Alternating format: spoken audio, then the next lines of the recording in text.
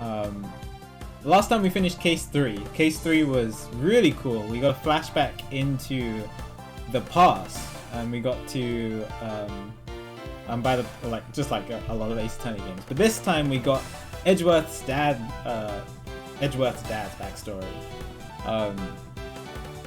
And it was really cool because I've been wanting to know about Gregory ever since case 1-4. That's when I first got really interested in Edgeworth.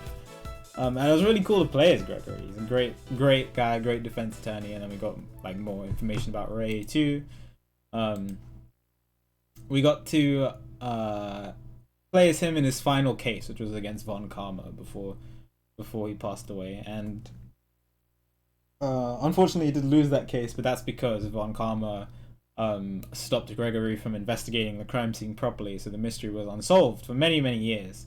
So it kind of like jumped back and forth between Gregory figuring out things and then Edgeworth going back with Ray to the crime scene to finally put the mystery to an end. And I really enjoyed how it was done, the entire mystery, and the way the murder happened. It was very cool and very clever. Yeah. So we solved that, and now we've moved past that. We found out some more information about, I think, Ray and Edgeworth, and then the others were just like Kay and Gumshoe and stuff. They were just there to assist, but Edgeworth was doing most of the stuff in the future. And the guy who got arrested, his name was Jeff Masters. He was set free, which was nice. So yeah, I'm not sure how it's going to tie into all the stuff that happened in case 1, like the underlying, prosecutorial shenanigans that are happening in terms of corruption and whatever. But we'll have to wait and see. Obviously Justine and the Best were there too, and Justine was being very annoying. And I have a feeling they're going to play a bigger role in this case that's coming up, case 4. I'm going to watch the intro again. It looks like Edgeworth is facing the prosecutorial committee, the PIC. And then other stuff happens. So let's go ahead and watch it again. Hopefully the audio is good. Might be very quiet. I'll turn it up a bit. There we go. Forgotten Turnabout. Let's do it. So we saw this last 2 weeks ago, but let's watch it again.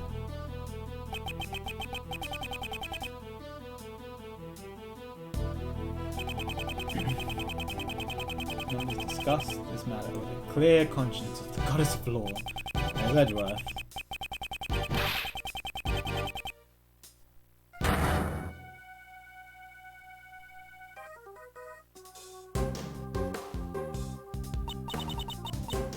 Okay. Mysterious figure came on the roof. Why are you wearing that raincoat? The raincoat has specific meaning. 5 past midnight. And then she falls off the roof!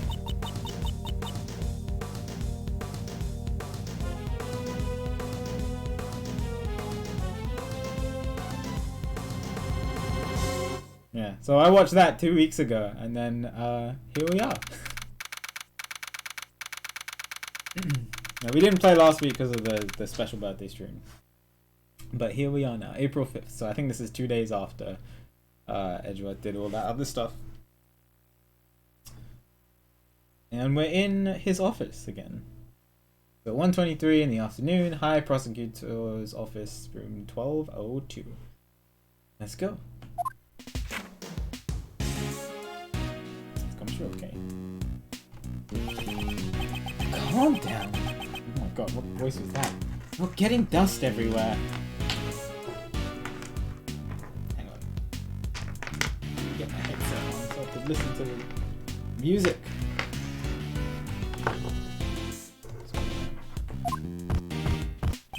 mad. I've already cleaned this room 3 times since this morning. Well, now you need to do it a 4th time. You're way too calm, sir. What if they actually take your badge?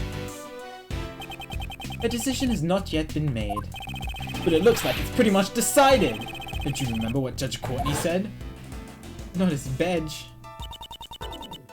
Prosecutor Edgeworth, the PIC has you in its sights.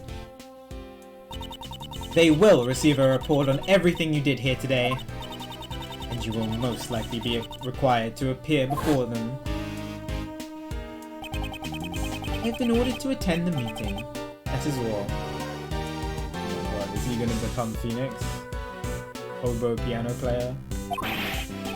I hate this, sir! I won't be able to work with you anymore!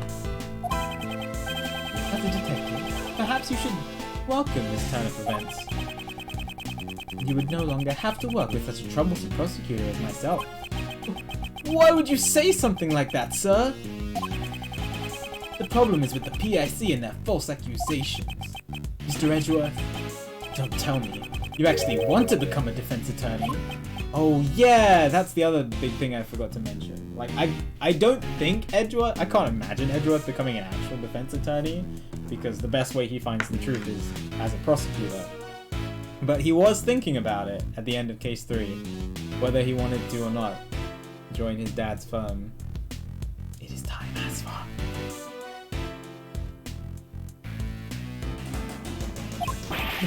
Because you can't do that! Being a prosecutor is exactly what makes you Prosecutor Edgeworth, sir! A defense attorney, huh? I became a prosecutor because of the incident where I lost my father.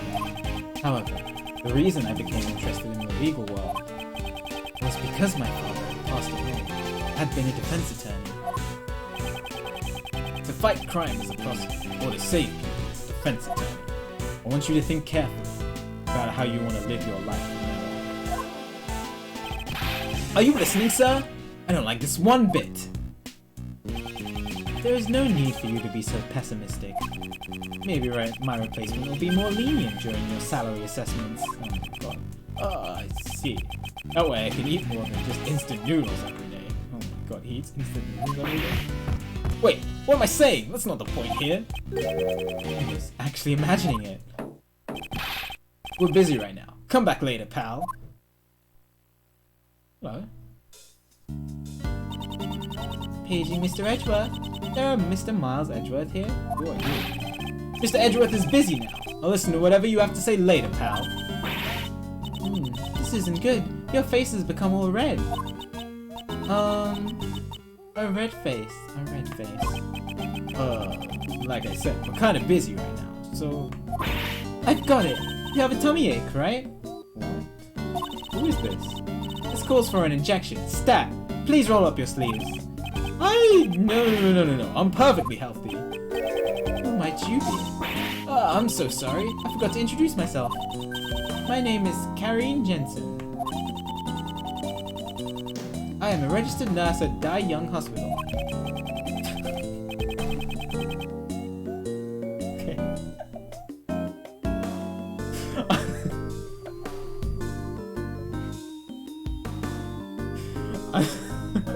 I'm sorry, but nobody here is sick. You must have the wrong room. Are you Mr. Miles Edgeworth? You have such great wrinkles between your brow. Could it be lupus? It's never lupus. This calls for an injection. I didn't even clock it until after I said it out loud. It's not lupus. Just tell me what business you have with me. Yes. Actually, there's someone who would like to see you. Please wait a moment. I'll call them here right now. Wait!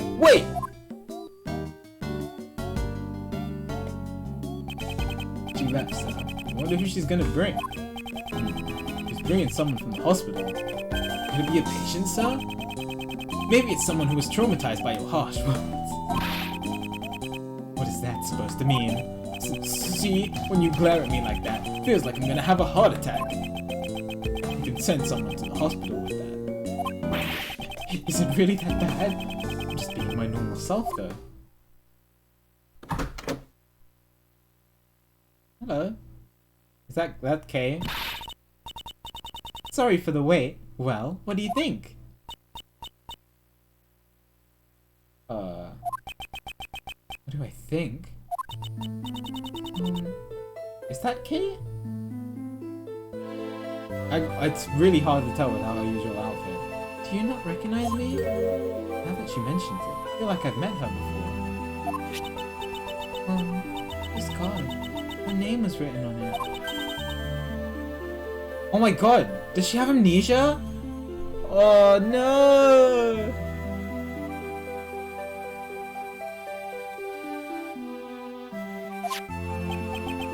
Mr. Edgeworth, maybe you really did send her to the hospital. Of course not! This is your business card, sir. It clearly says Prosecutor Miles Edgeworth. That's true. I am terribly sorry. Well, truth is, this girl suffers from memory loss. Memory loss? Yes, that seems to be the case. Her parents should be worried sick right now. They probably haven't been able to sleep. I doubt they've gotten more than 8 hours. Isn't that plenty of sleep? I see. Sure sounds horrible, but it's alright now. Since she has that business card, she must be an acquaintance of Mr. Edgeworth. Just leave her to us, pal. Right, Mr. Edgeworth? Indeed. We might be able to verify her identity at least. No, the last time we had to deal with lookalikes was Dahlia and Iris, and that was fun. Did you really do that for me? First, I'd like you to tell us everything that you know.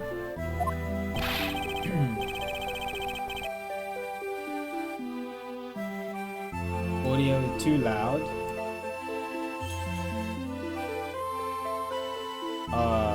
I'm not turning the mic up anymore because, you know, according to OBS, I'll turn the game audio down. Because according to OBS, it's like close to peaking.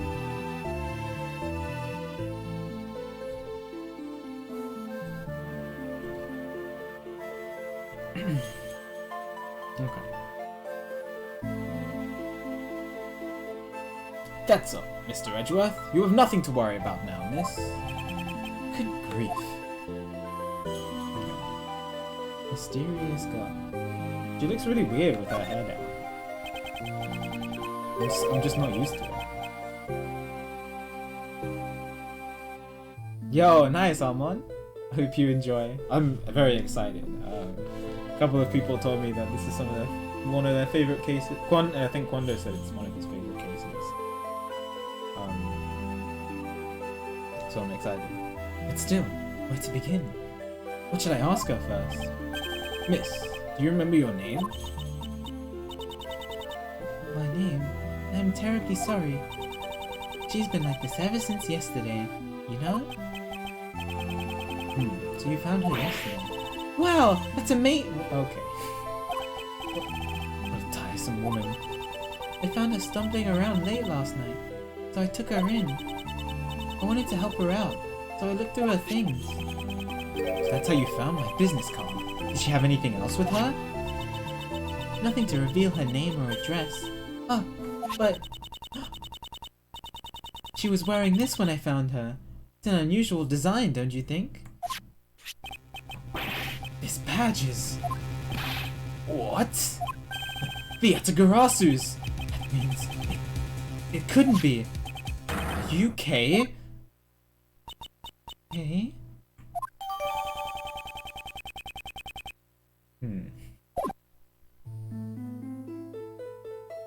Your name. You are Kay, right? I am Kay. Kay! Don't you remember me?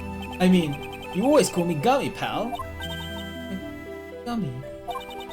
I would call one of my elders something so rude? I'm so sorry. What a horrible thing I did. I feel like my heart is gonna burst from guilt. Just what happened to you, pal? You've become so sensitive. If you're this sensitive and delicate and frail, then you're not even Kay anymore. You're someone else, pal. Gumshoe. Jeez, take it easy, bro. What's your words, detective? You say that, thanks, Edgeworth. Almost sounds like Kay isn't sensitive or delicate at all.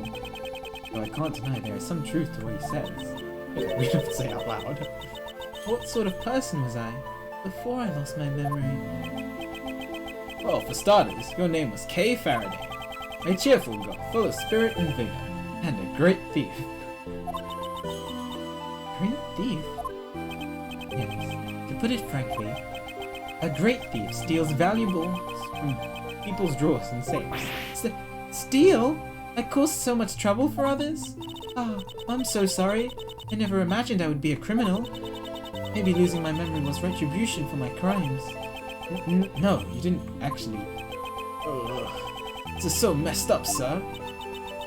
But it does sort of make sense, you know? These gloves and stuff, they look just like what a thief might wear.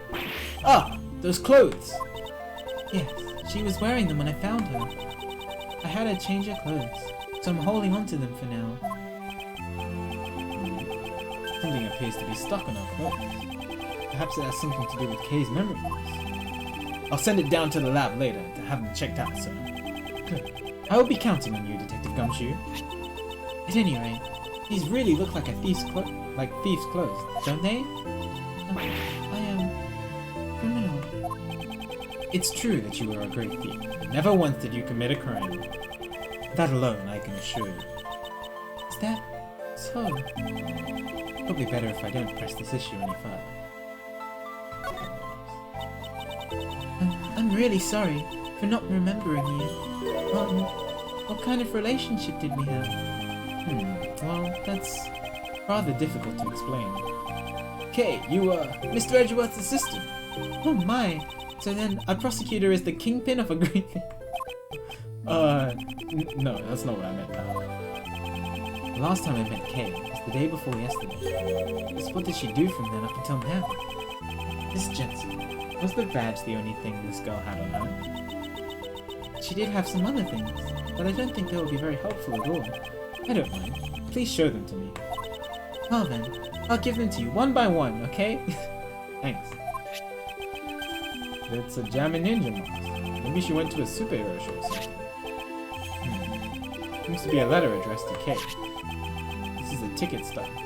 And this is a flower made of cloth? The ones you usually see in restrooms, sir. Corsage. It is used primarily as an accessory for women.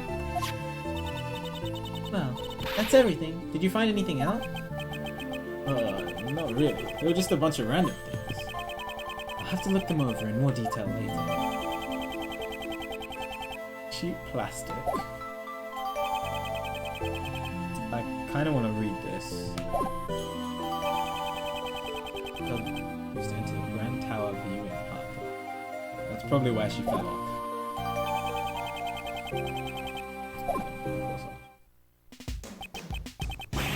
Oh, this is horrible. Kay's lost her memory.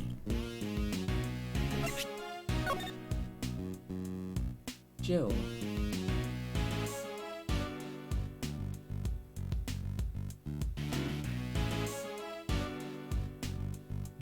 Okay. Interesting.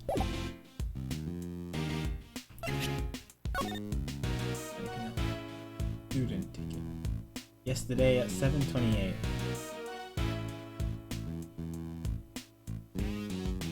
$6. That's more than Gumshoe's paycheck.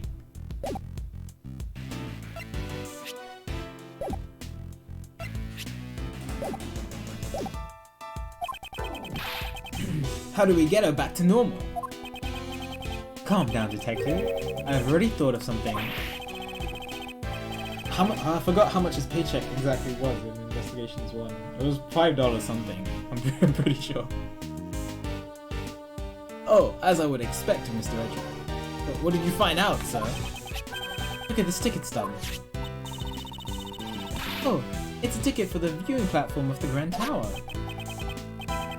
Oh, Miss Nurse. Miss Nurse. Do you know something about the Grand Tower? Of course I do. It's a super famous dating spot after all. They say that if a couple holds hands up there, they will be together forever. Hee hee. The timestamp on the ticket is from yesterday. Moreover, it is only valid on the day of issuance.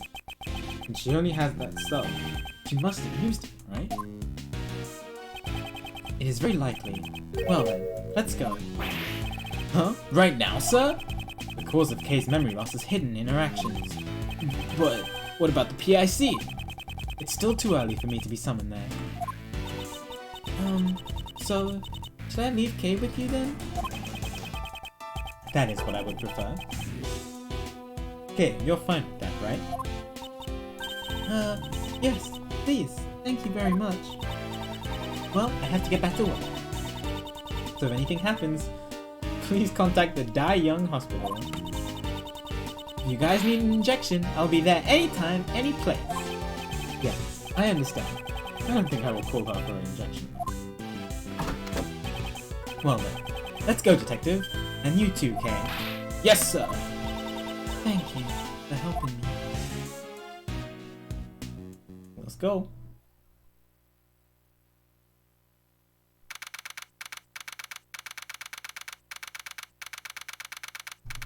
Okay, so we're already here.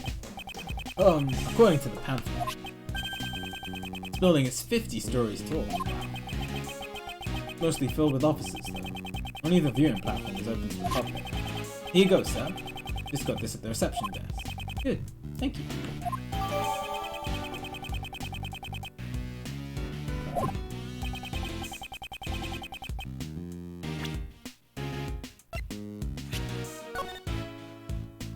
Let's see. Cherry tree and candy stand. That's... I already know that's going to be important in some way. Cherry tree is on the left and the candy stand is on the right.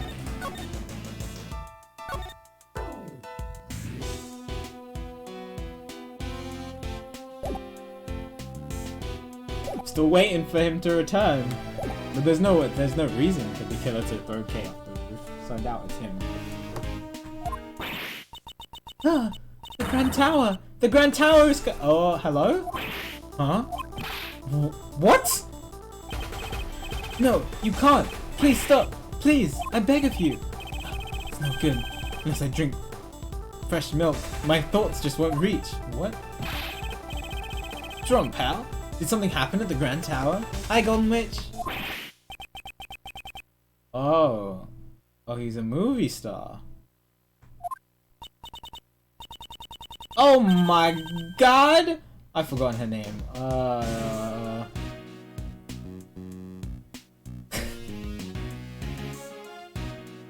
Peggy?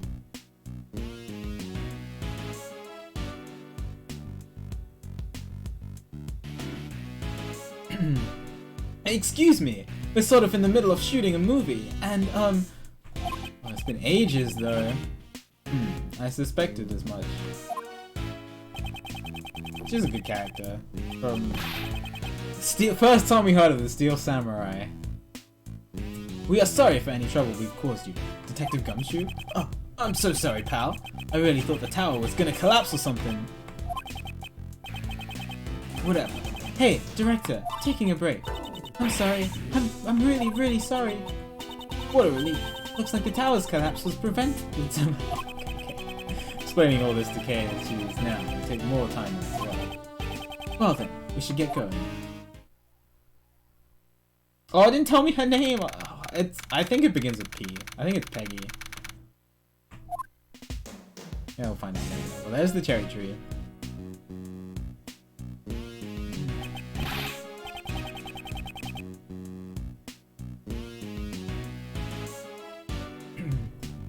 Wow, what a view! Bet I can see my house from here. Name's Gumshoe. Ah! The wind! It's really strong up here. Everything should be fine as long as you stay close to me and Mr. Edgeworth, pal.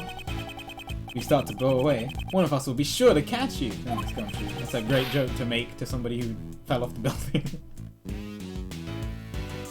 It's not as if she's a kite. Okay, do you recognize this place? I know he doesn't know, but still. I don't know. Was I really here? Maybe if I get her to talk a bit, help her jog her memory. Okay, just tell me whatever you remember. Anything will do. Oh, okay, but I don't know how much help I'll be. Oh. Hello. Memories of the tower. I was not expecting the testimony already. This is interesting. Did I really come to a place like this? It's so high up, and the wind is so strong. It's frightening. I just can't remember. I can't remember anything at all. I'm so sorry. Just as I thought, it's impossible. My memory isn't clearing up at all, huh? I'm sorry. It's a bit pathetic, isn't it? You're both going out of your way for me, but I'm not helping at all. Yeah, soon we're gonna start throwing chess pieces at her to awaken her memory. You're doing just fine. You have memory loss after all. Alright, Mr. Edgeworth. Remember to go easy on her, sir.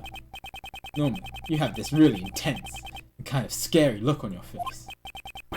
Not helping, Detective.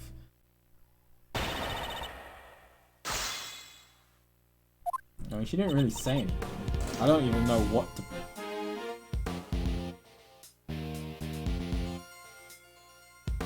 I mean... I guess I can present this ticket stub. Let's press it first. Hold it! Hold it! What's up, Ambivalent? Good to see you. This ticket stub proves that you were indeed here. Okay, good thing I didn't present it. But I really don't remember coming here at all. I don't think I would want to come to a place like this.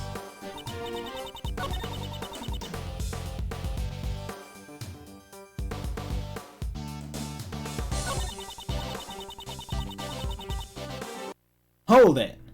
Hold it! It's a good, yeah, it's a really good song. You used to love places like these though. Was that really me? We're so high up. Just looking down makes me dizzy. I think these kind of places should be shut down. What if an elderly person or small child were to fall off? The railing here is quite high. I think your worries are unfounded. Is that so?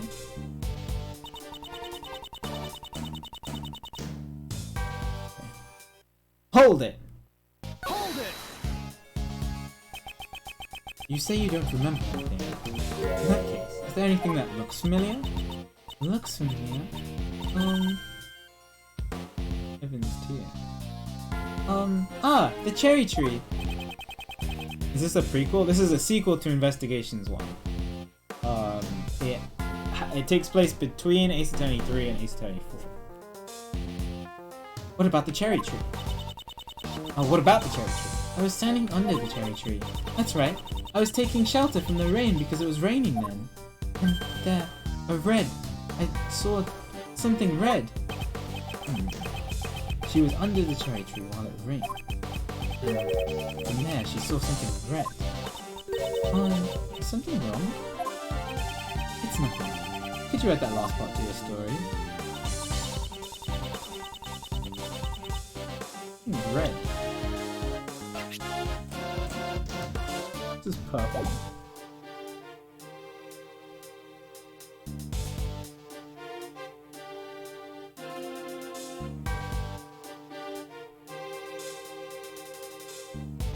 I don't have anything red.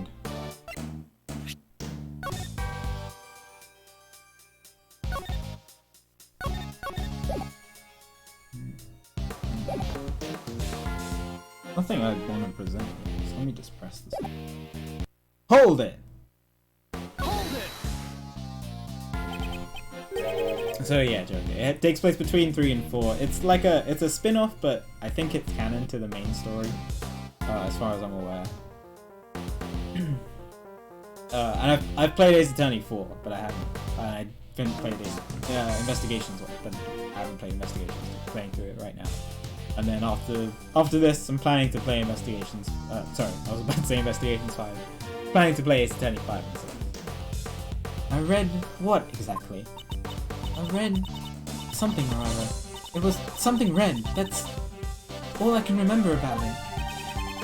speaking of things that I read here, could it be that stand over there? Stand? A red stand? Ah, that's right! I saw someone walking towards me from the other side of that stand. And then what happened? And then, I'm sorry. Alright, simply add everything you just said to your story. Wasn't there something in the way? I remember looking at the pamphlet. Can you see someone from the other side?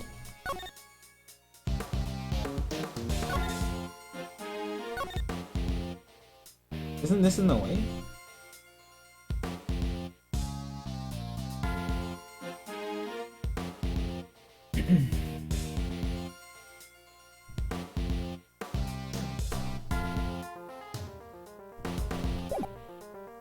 Maybe that's just the walkway.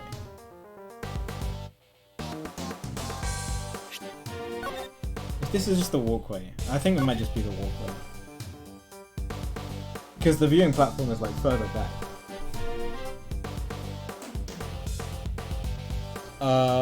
I do plan to play it. I don't know when. Either before or after Ace Attorney 5. But because it's on the 3DS, I have to get a 3DS capture card, so it won't be for a while. Hi Swag, good evening. But I am planning on playing.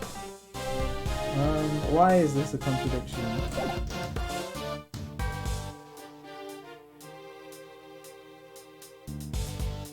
Maybe it's not. Let me just press it. Maybe she'll add something else to the testimony. Hi JJ, good to see you. Hold it! Hold it! By that stand, do you mean the stand directly behind you? Yes, from behind that red stand, someone came walking towards me. I saw it from under the cherry tree. You've been saying that you saw someone. Does that mean you didn't see their face? Or was it a person you didn't know? I'm sorry, that much I don't know. So someone came walking toward from behind the red stand, and she saw that from beneath the cherry tree.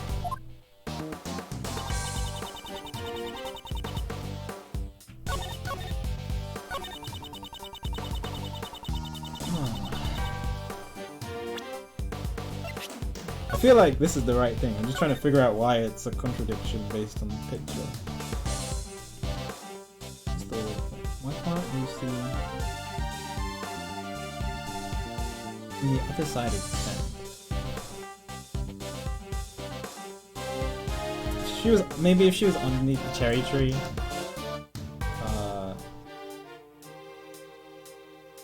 I guess they'd have to be like really squished in the back of the stand. But you know, someone could hide there. And then this walkway is... I don't think it's blocking anything.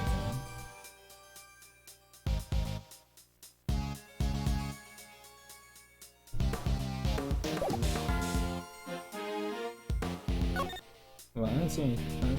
Like, there is space to hide behind the stand here. If you look here and you look at the diagram. Someone, a person can fit there. If a whole tree can fit in that space, a person can fit behind that.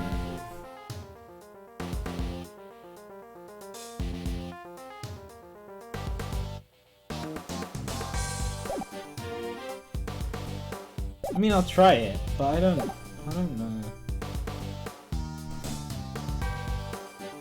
Maybe there's something I'm not seeing. Objection! Objection! That's right.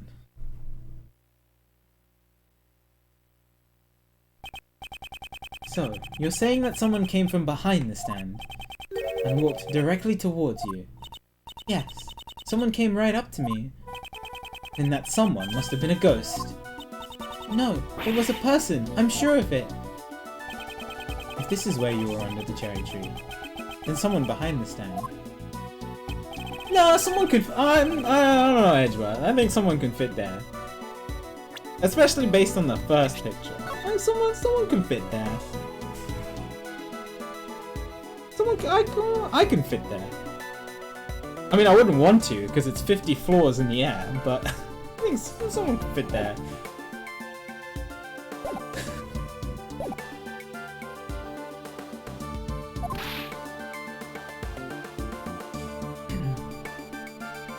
No person should be able to stand that. Okay, this one's a little different. But, oh, you know, Edgeworth is much smarter than I am, so let's go with Edgeworth. Ah! But I'm not lying. Someone red. Oh my god. Is she okay?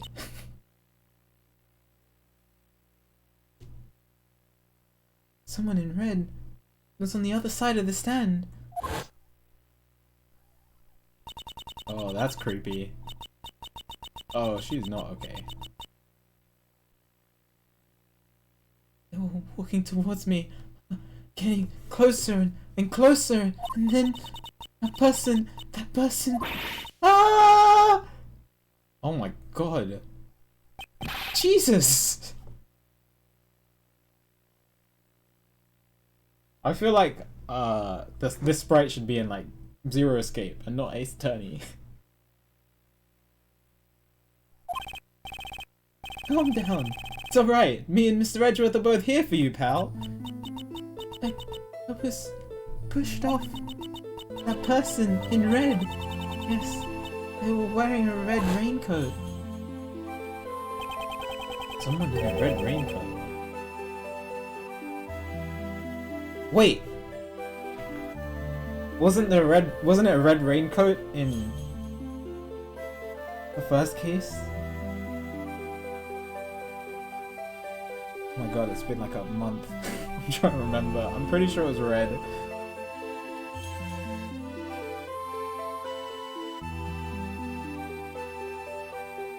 But the killer left it behind.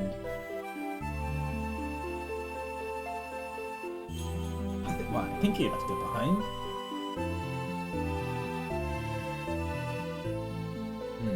But that can't be a coincidence.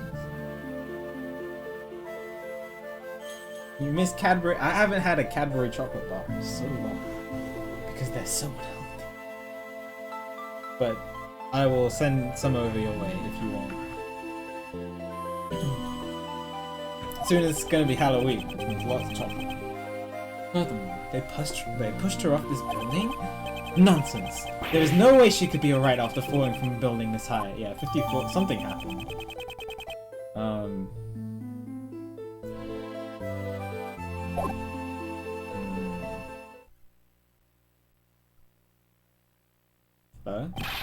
Attention, everyone! Please remain where you are. What's wrong, pal? I'm a detective. Tell me what's going on. Hi, Booba. Sir!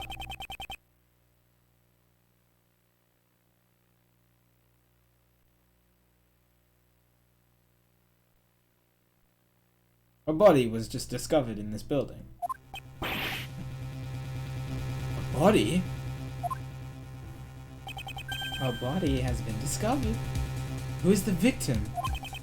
We're currently investigating the details, but the victim is a woman. We've verified that her name is... What? Wait a second. What is happening?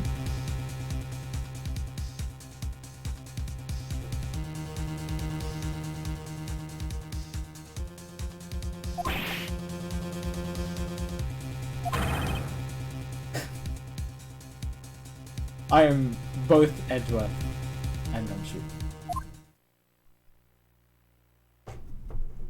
What? What, dude? What? Oh no. I don't know what is happening already.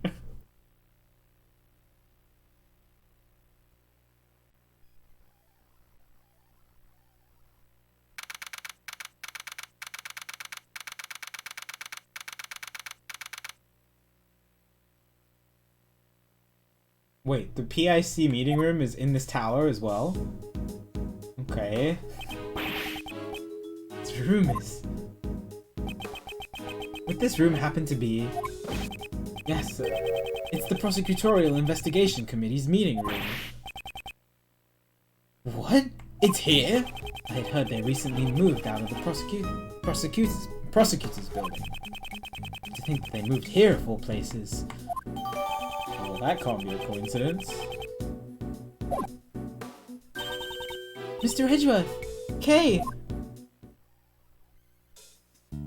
Who is this? She looks like, Nana from Luigi's Mansion. What brings you here? How are you holding up? We're in the middle of an investigation right now. Sorry, but who might this be? Ah, this is my granny. Let me just...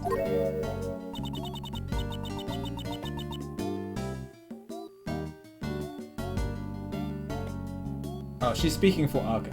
Hi there, son. I got really confused. The name's Bonnie Young. Who the heck are you? She says. It is a pleasure to meet you. I love that he bows for everybody. It's so sweet.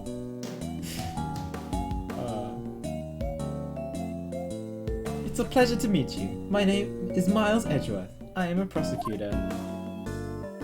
Miss Jensen, isn't Young the name of... Oh, okay, no, so that's not her talking. Granny is the director of the Dai Young Hospital. Oh, that was her coughing. This old lady is the director? Who you calling old? She says. She can read my thoughts. Oh, so that granny is pretty important, huh? I wouldn't go that far. What? I mean, yeah, she is. Ah, these people are the patient's guardians. You know, the one with amnesia. Seems she is a bit of an introvert. Hey, Sonny.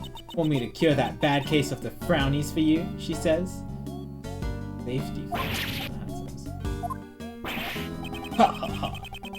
I'm afraid that's an incurable disease for Mr. Edgeworth, pal. Gumshoe's getting too familiar with Edgeworth. Making jokes about him. He's gonna lose all of his money. Huh? Really, Granny? You want me to say that? I ain't got nothing to say to you, whippersnappers. You're free to do whatever you want. But you better not get in the way of my autopsy. Please wait. No means no. Hey, you don't have the right to decide that, pal.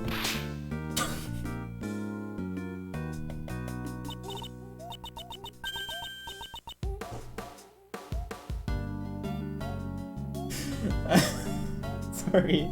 Granny is the coroner, you see. She's in charge of this case, so... Ow! I didn't even notice the cane. I'm very sorry, but that is the way it is. What do you mean, that's the way it is, pal? Well, even if you ask me, I'm not the one who... Please stop. I'm not the one who said it. I kind of feel like... I'm watching a comedy act, so... Well, we need to get back to the autopsy, so please excuse us. Take care. What was with her attitude? We received permission to investigate. There shouldn't be any problems. Attitude of hers is a huge problem, sir. I know. Mr. Edgeworth, what do we do now? We'll investigate the scene, of course. As a prosecutor, I cannot stand by and do nothing. Well then, let's begin. But the policeman said the dead person is also named Kay. Then, I'm pretty sure I'm not the Kay that you know, Mr. Edgeworth. We shall investigate that now, but don't worry. There's no question that you are the Kay that I know. Okay. An amnesiac Kay and a corpse Kay. Both are connected to the Grand Tower. I'm certain that this case will lead me to Kay's lost memory. I'm gonna go straight to the body, because I'm just curious to see who it is. But are they gonna let me? It's half of a large round table. Okay, we decided to look at the table instead. With 11 chairs. Seems to be based off a certain legend. I know that one, sir. It's the famous Knights of the Brown Table.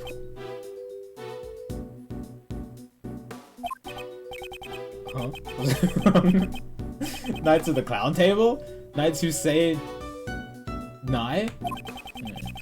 Knights of the Brown Table. He's getting colder, but I would say.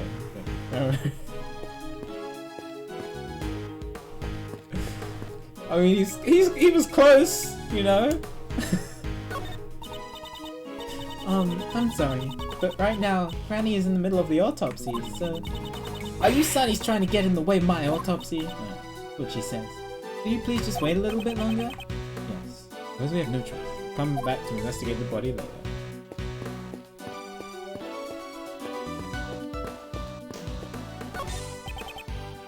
This is Lady Justice. You sure do know lots, sir. What kind of powers does she have?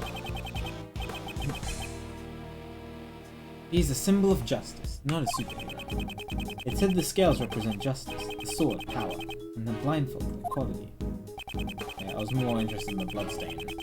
I wonder what we might find under every little nook and cranny.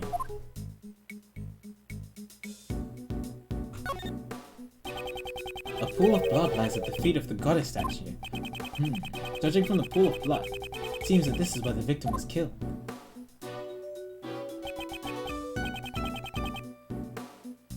Thanks, I'm sure. Okay, but someone still got pushed off the top of the roof.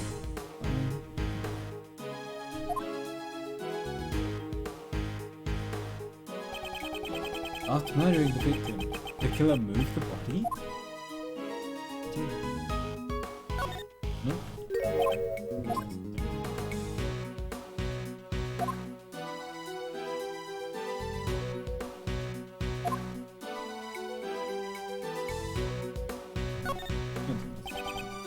Really huge statue. Why isn't it in a place like this?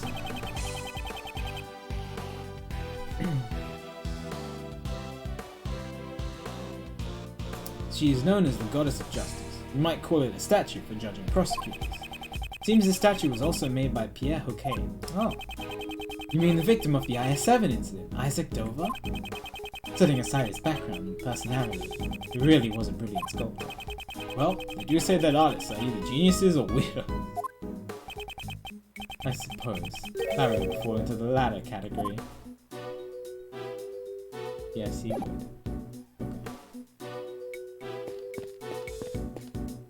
Anything else here? I don't really see anything on the note.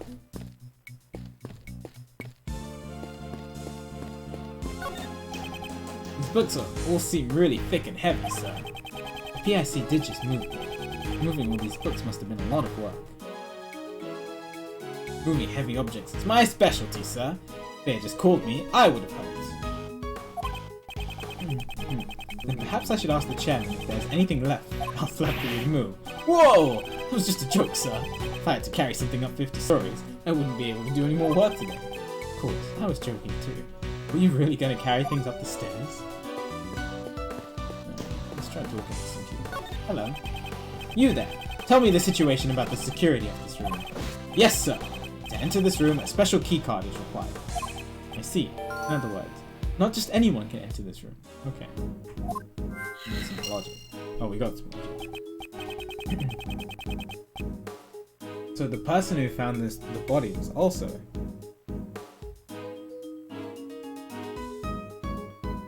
What's up, Matthias? No worries, dude. Hope you're doing well. Yes, it was a member of the PIC who had come here for today's hearing. Member of the PIC? Well, for this case, right now I would be... Excuse me.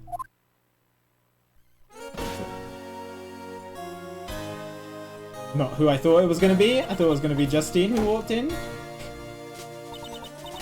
Hello? You are?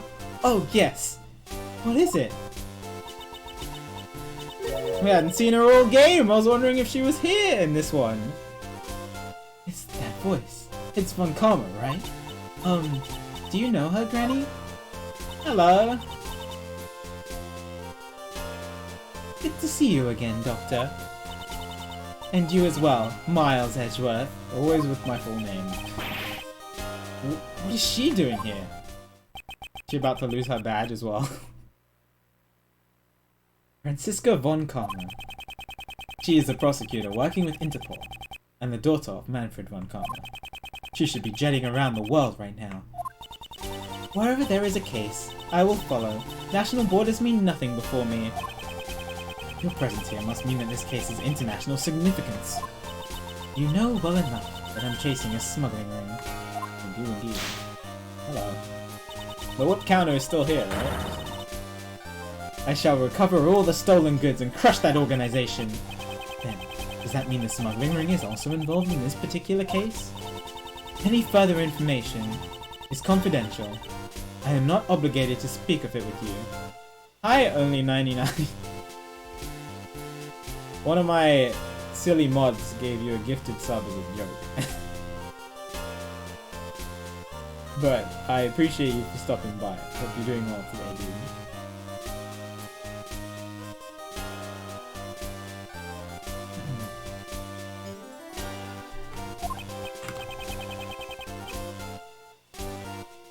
So it won't be that easy. Miss Francisca, on Karma, Granny says, the autopsy is complete.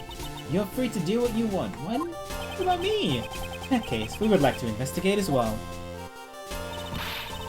I've heard rumors about you. No way am I letting you near that body. You're that prosecutor who's about to get the boot. You best run on home now, Sonny. Just so you know, I wasn't the one who said that, okay?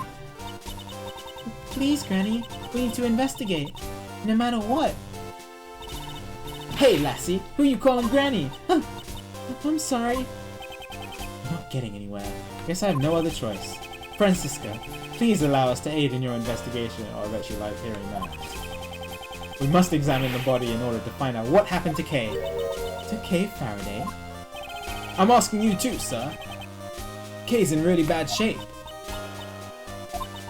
I don't know what's going on, but fine, I'll grant you permission. You have my thanks.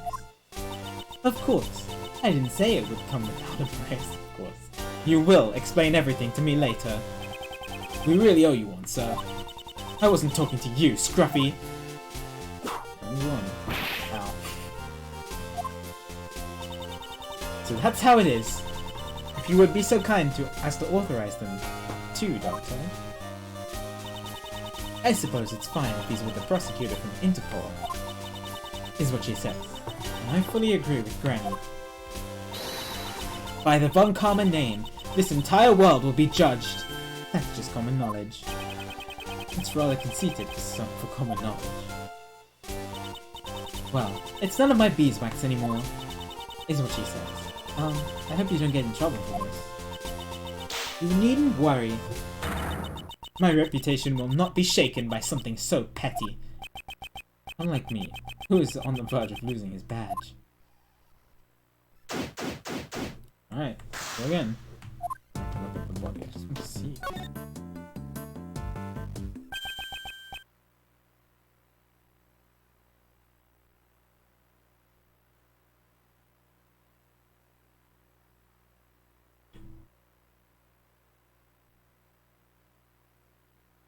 I don't recognize them. But I guess I don't have a good look at that face. It's not Kay, sir. Doesn't look like her at all. Of course it isn't. Kay is alive after all. Her age is, guess around 30. She's wearing a pantsuit. Maybe she works in one of the offices in this building. She's also wearing the corsage. So her identity is still unknown. Maybe this is the Jill that sent the letter to Kay? The question now becomes, why did the police believe her name was Kay? Won't rest until I've inspected every suspicious looking nook and cranny. Let's look at the letter. This notebook, huh? Isn't that Kay's promise notebook? Oh my god! I totally forgot about this until they... Oh my god. What a throwback. And we have young Kay as well.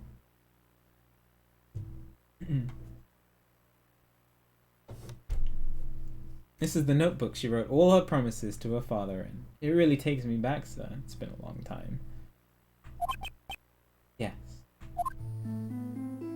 Never take things from a stranger. Never go anywhere with a stranger. When Kay was young, she and her father wrote promises they made in this notebook. Always greet people with a smile, even people you don't know. Never cry in front of strangers. Always try your hardest to learn about things you don't understand. But why is it in a place like this? Ah, now that you mention it, I once heard something from Detective Bad a long time ago. Seems that before anyone had noticed, Kay's memento had gone missing. What? Nobody told me. What? So a piece of evidence that was in police custody went missing? Detective Bad frantically searched all over for it. Seems he never found it. What could this mean? Why was the missing notebook found here? You there! Do you happen to know anything about this notebook? Is he pointing to Francisca? She's not gonna like being called a you there. Oh, okay, he's pointing to the officer. The victim was carrying this notebook when we found her. That was the only evidence we had to identify the body. So that's why you called her Kay. Okay, well, at least that clears up one big thing. What a misleading victim, huh? Why does she have Kay's notebook? Jill would like to have some information on the victim's identity, though. Okay, well, they have a key card. There is a burn mark on her hand. It's connected to the cause of death? No, it appears to be an old scar. You probably got it a long time ago. It seems there is something in her hand, Detective. Could you open her hand for me? Yes, sir. Understood. This is... Oh, I know. This must be the gift card from the department. Yeah! It seems to be a key card. Ugh. Why?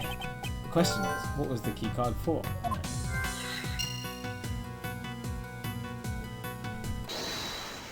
That's our first logic. So she's connected to the PIC in some way.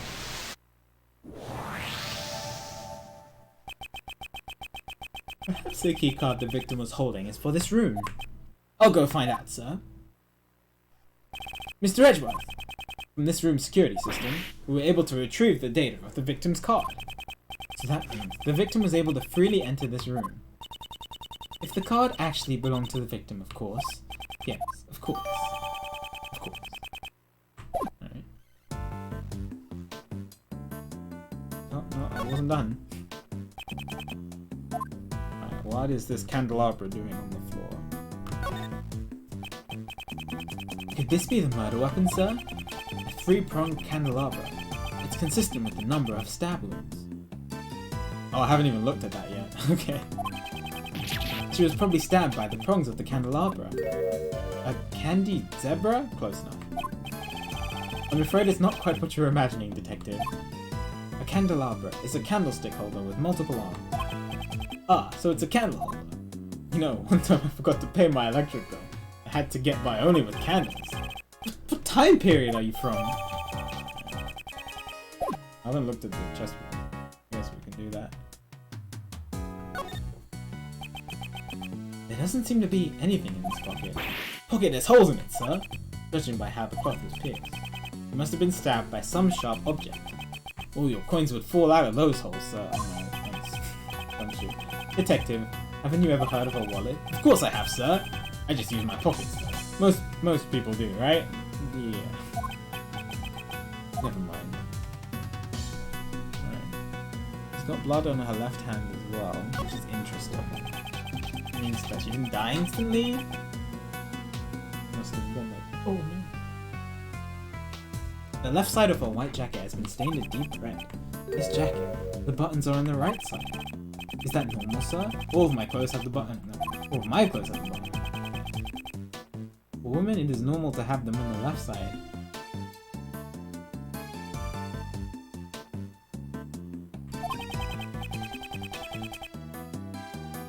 Mr. Edgeworth, you really do know everything. That's just common knowledge, is it? There doesn't seem to be anything out of place. Something white in the pocket. They're gloves. Pure white ones. One for each hand, sir. They don't seem to be dirty. Could they be the victims?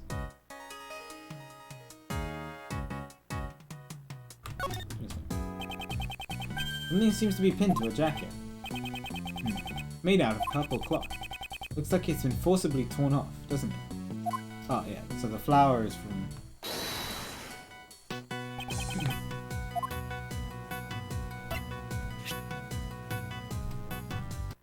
Eureka! Eureka! How? The purple flower Kay had with her. I wonder if that originally belonged to the victim. Now that you mention it, the cloth does look the same as the one on the pin. Yes, let's compare them without delay. It's a perfect match, sir! Way to go, Mr. Edgeworth. I didn't know. The fact that this flower belongs to the victim means... It can only mean that Kay Faraday came in contact with the victim. And about that corsage, looks like it was forcibly ripped off. There is a possibility that Kay Faraday is connected to this case, and depending on the situation, we may have to consider her as a suspect. Okay, she fell off the roof though. What did you say? There's no way she did it!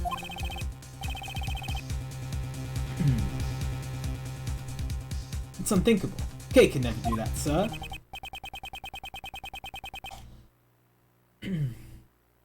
However, it's true that we have no evidence to deny that claim.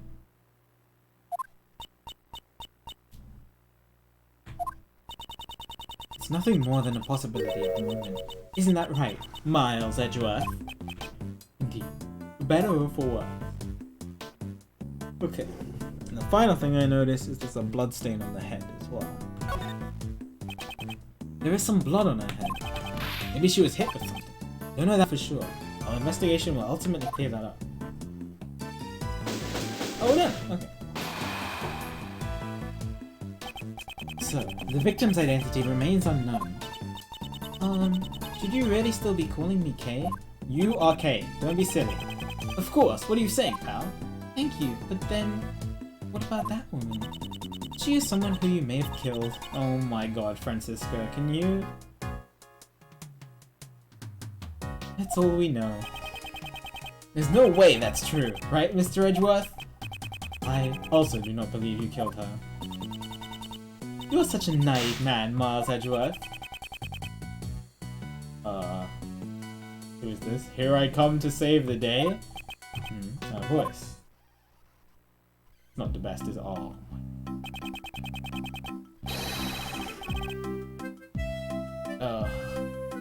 So don't be afraid anymore, for the best prosecutor is here today. I'm not even singing. I'm just gonna use normal voice. Hello.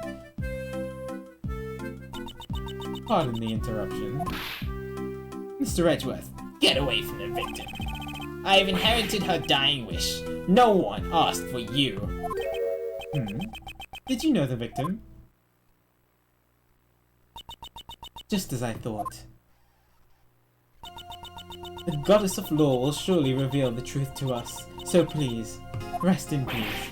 That's right, Justine. Now that I'm here, everything will be A-okay. The culprit... Thanks, Francisca. The culprit will rue the day he crossed paths with my... Ah! Miles Edgeworth, who's this fool of a man? Why is she glaring at me? You are Francisca von Kalmer, am I correct? I apologize for my late introduction. I am Justine Courtney. Hello. And the deceased individual is... Attorney Jill Crane. Okay, it is Jill. Jill from Kay's letter. One of the members of the Prosecutorial Investigation Committee. Crane. I haven't heard Crane. I see. That's why she had the car key. The key card.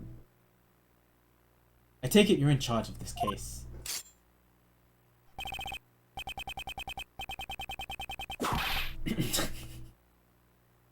That's right. And with me in charge, the case is as good as... Ow! That reminds me, I haven't caught your name yet. If you just wanted to know my name, you didn't have to... Please do that for every single text box of his. Just state your name. I will not tolerate any unnecessary remarks. Ugh. Sebastian de Best. It seems the pecking order has been decided. Mr. Sebastian de Best? Here, this is from Granny. This is the autopsy report. It seems you've been bested, Mr. Edgeworth. This wasn't a competition to begin with. My job is done. May we meet again in front of another corpse. Okay, let's go home quickly and eat some noodles. I'll be leaving too. Take care, everyone. Okay, bye. Victim's head wounds. Post-mortem. Oh, interesting. Sebastian. And the candelabra dealt the fatal blow. Estimated time of death is late last night. Is he supposed to be saying this out loud? What is it, Justine? While I do appreciate your enthusiasm, perhaps you should give your tongue a rest. Okay, that's what I thought. You might pull a muscle. That would be painful indeed. Edgeworth was post. Why would they do that? Okay. Anyways, it's quite clear now. Kay Faraday must be arrested. What? What's the big idea, pal? It's just as he says, detective. The culprit is Miss Kay Faraday, the young lady in bandages over there, although she's not wearing her usual attire. Are you not Miss Kay Faraday? And what would you do if she is Kay? If you're going to arrest her, then I will resist by any means necessary. That I guarantee you. I am now convinced. The doubts surrounding your suitability as a prosecutor were indeed warranted. It's fine, Mr. Edgeworth. You can go. Don't worry about me. I'll be fine. What are you saying, Kay? You can't just go along with them, pal. But I don't remember anything. What if I really did kill that woman, and then forgot about it? If that's true. Acknowledgement is the goddess's mercy. Atonement is her will. The goddess of law will surely praise you for your prudence, Sebastian, and Judge Courtney, if you believe she is the culprit. On what basis do you make your accusations? Unless I'm completely convinced by your explanation, I will not obey your orders. Fine, have it your way. Now sit tight and listen to the perfect reasoning of the best. Alright, please play, Steven. Please. Why we suspect Kay? Oh. I don't even want to read this. I am the best in the world. No one else can do what I do. Objection! Yes. That's why I was the first to realize that Kay Faraday is the culprit. She broke into the meeting room in order to steal something. In other words, she's the only one who could have killed Miss Crane. That's what I was about to say. What? How does that follow? His logic's as awful as ever, sir. Harsh words coming from you, detective. I asked for some basis to your claims, yet your reasoning has told me absolutely nothing. However, we have no evidence to prove she didn't do it either. Don't worry, Kate. I'm sure Mr. Edgeworth will pull off a miracle. You think my deductions are some kind of miracle work? You better not disappoint me. Understand, Miles Edgeworth? Because if you do, this whip of mine won't stay silent.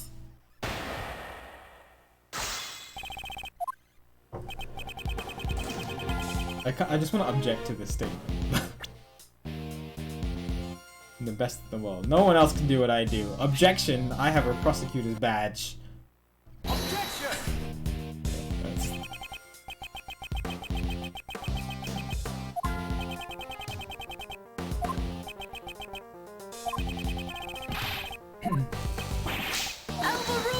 Oh, he still slaps himself. It's nice.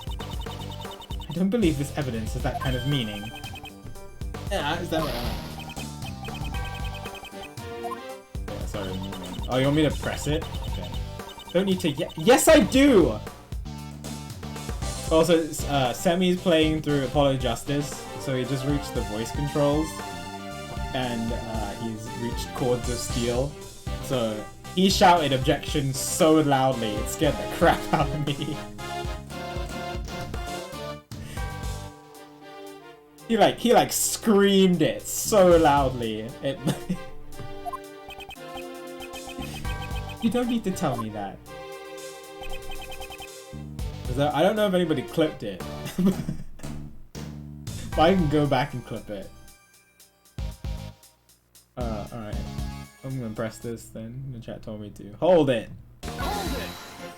My chat they don't usually tell me to do something unless it's worth it. Already, I've noticed 2 contradictions in your testimony. My reasoning is flawless. It doesn't contain even a single contradiction. The number of contradictions has just increased to 3. Oh, I get it. This is all a part of your plan to mislead me, isn't it? Well, too bad, because the best will not be led astray. Alright.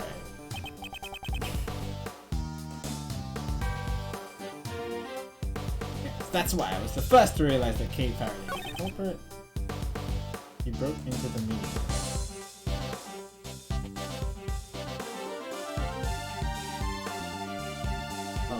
How do you know this? Hold it! Hold it! To steal something. Steal what exactly? That's, what Kay Faraday tried to steal was a file. Its contents, to be exact. An investigation report regarding Prosecutor Edgeworth. Do you have any evidence to prove she needed something like that? How do you know that she did that in the first place? Well, give me the evidence to show me that she was here. I am not the one who needs to present evidence. Isn't that right, Prosecutor Edgeworth? You can't just say that she broke into here and then not show me anything that proves that. I suppose that may be true. What? Anyway, Sebastian, please continue your... Okay.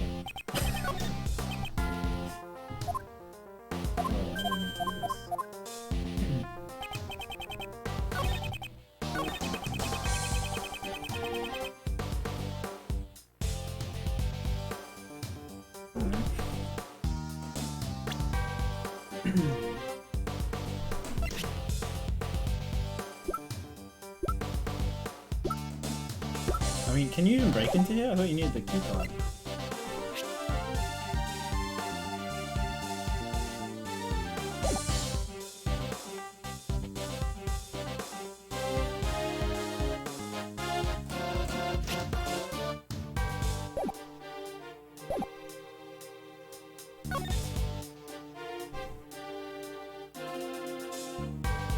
Hold it! Hold it! Do you have any evidence to prove that no one else but Kay could have committed the crime? Nope! Sebastian, let me tell you what would be the best thing for you to do. Look into any other possible suspects besides Kay. Right now. Post haste! The best thing for me to do? Look into any of the other possible suspects. According to the preliminary reports, there were no traces of anyone else besides her. Even so, isn't it too premature to declare that she is the culprit? Declaring that she isn't so early into the investigation is a little premature as well, is it not? If only I had evidence that could prove Kay's innocence.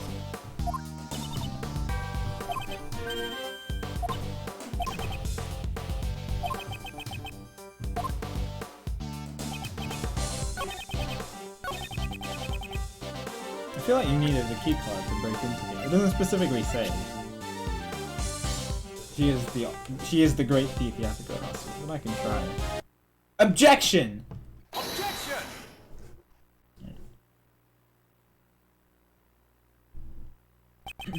It certainly sounds like you are quite familiar with this room. The best man for the job should know all about the best places. Unfortunately, it seems that you are not the best man for the job. Are you mocking me? That's for you to decide. You didn't even know about this keycard, did you? Of course I knew about that. You needed to enter the room. Was it really needed? This foolish fool simply doesn't know when to give up. Ouch! Sebastian, do you really suspect Kay? That's right, she's the only one who could have done it. Well then, allow me to ask you. Since this room could only be entered by using a keycard, how did she enter the room without one?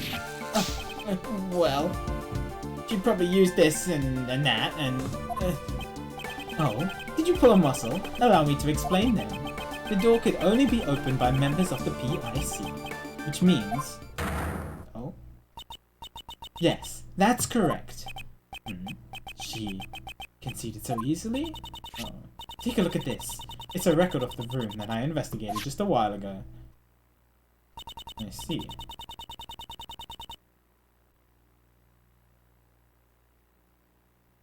Right. Okay.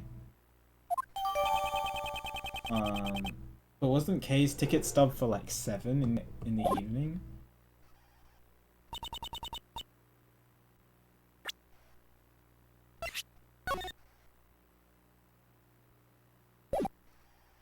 You wait here for 5 hours?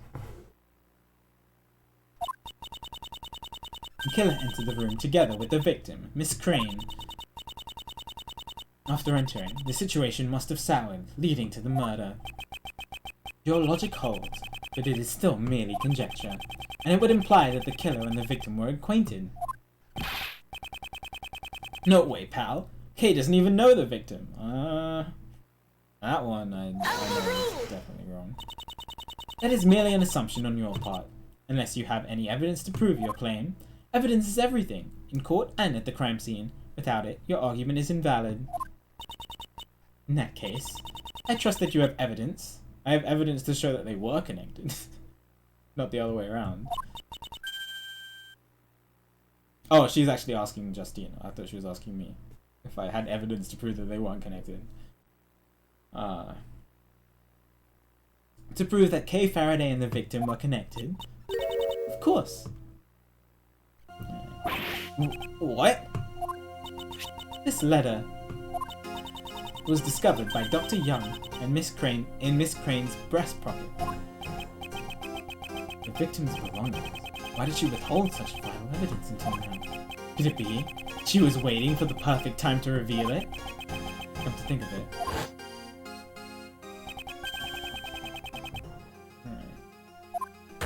Yeah, that's why she stopped him.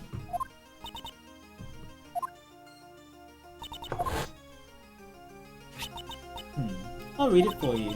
To Miss Crane, thank you so much for helping with my plan. I'm glad that we can help each other get what we want. It's like killing 2 birds with 1 stone. Please get revenge for 12 years ago. Hey. Okay, great. What did he say? Jill said, I promise that I'll get it back for you. Your most precious memory. 12 years ago?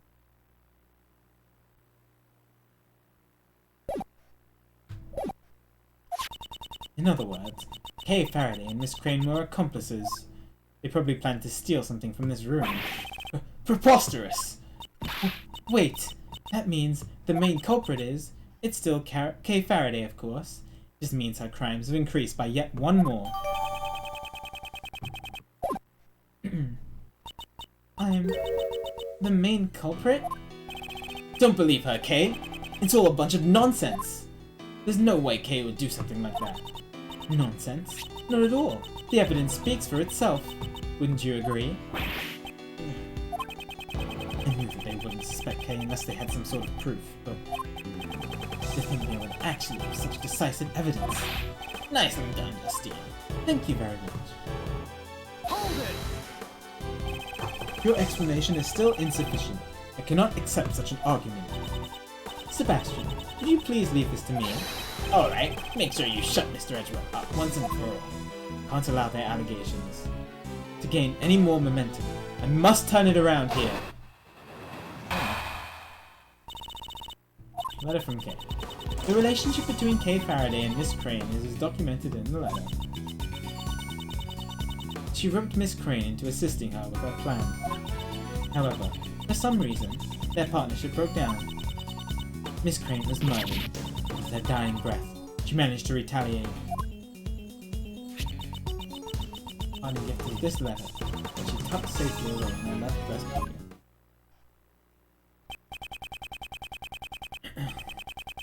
Testimony is even better than ever.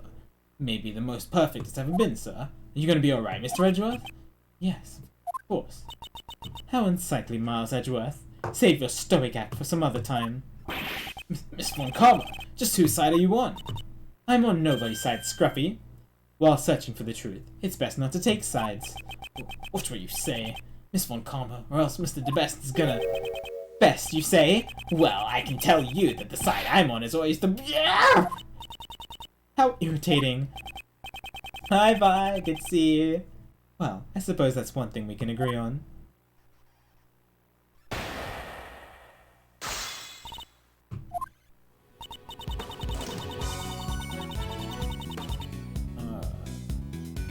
Documented in the letter. Did I get that letter as evidence? Or did I just... Just read it again. Copy my plan.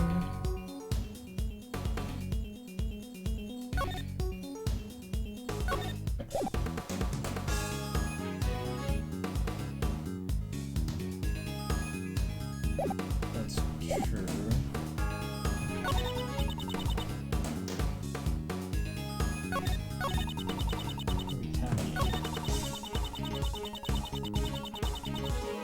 Hold it! Do you have any evidence to prove that Kay was the murderer? Hi, PQ. Have you been listening? We've been saying that this letter is the evidence. Oh? And where in the letter does it say that she planned to murder the victim? Huh? Well, that's... I have got it! It's a hidden message written in invisible ink that can only be read by heating it up. Sebastian, I wouldn't get your hopes up for something like that. There is, of course, evidence that points to her as the criminal.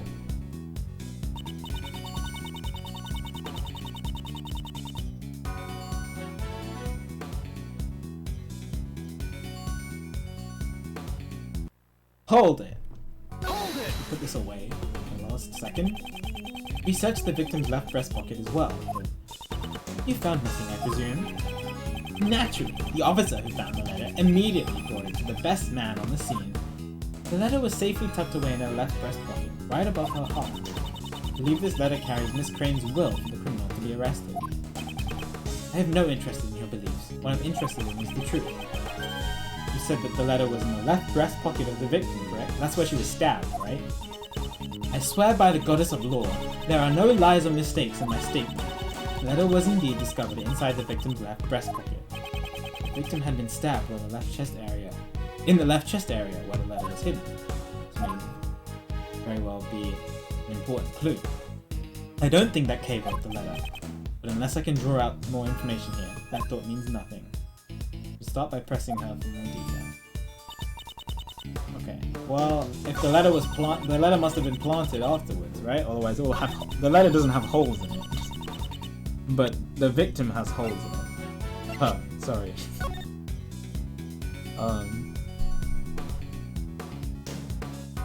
So...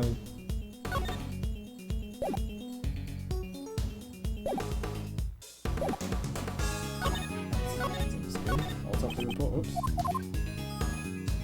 Let's try that.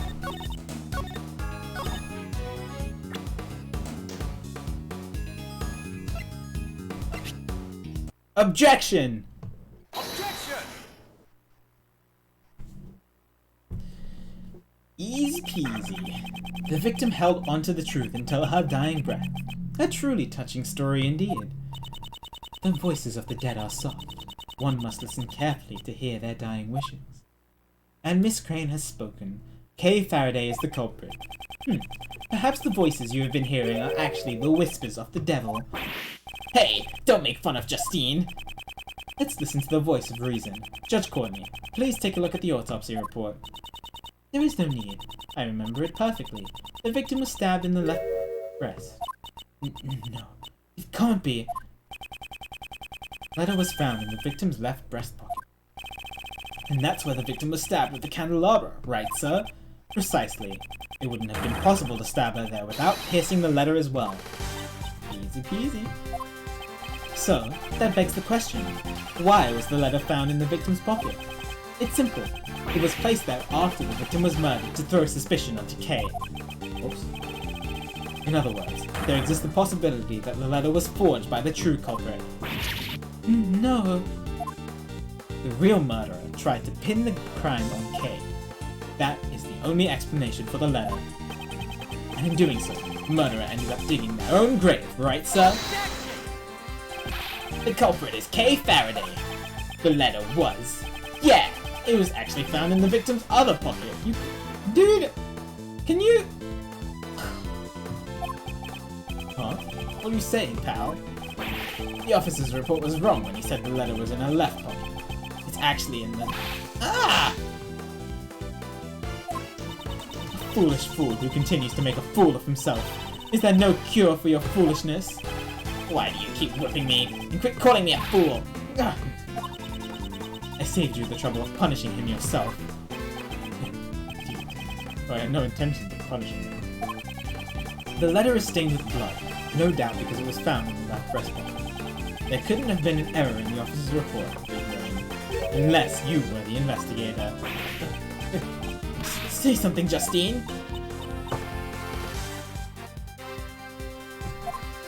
I see, you have no objections. Then, allow me to continue. There is one more potential suspect in this case. Don't be ridiculous. The killer entered this very room. There wasn't anyone else who did that besides Kay Faraday and the victim. To enter the meeting room, one needs a key card. And their reasoning assumes that the murderer and the victim entered the room together. This is what we overlooked. We just discard that assumption. Then, evidence reveals the other suspect besides Kay.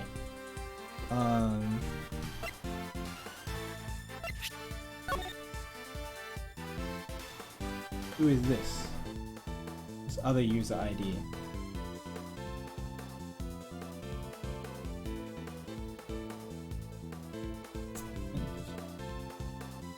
Three 2461983. Take that! Take that! It's no 777777. This is the keycard record Judge Courtney had in me earlier. The victim's keycard was used at 12:52 AM, and there was one more person who also used a keycard.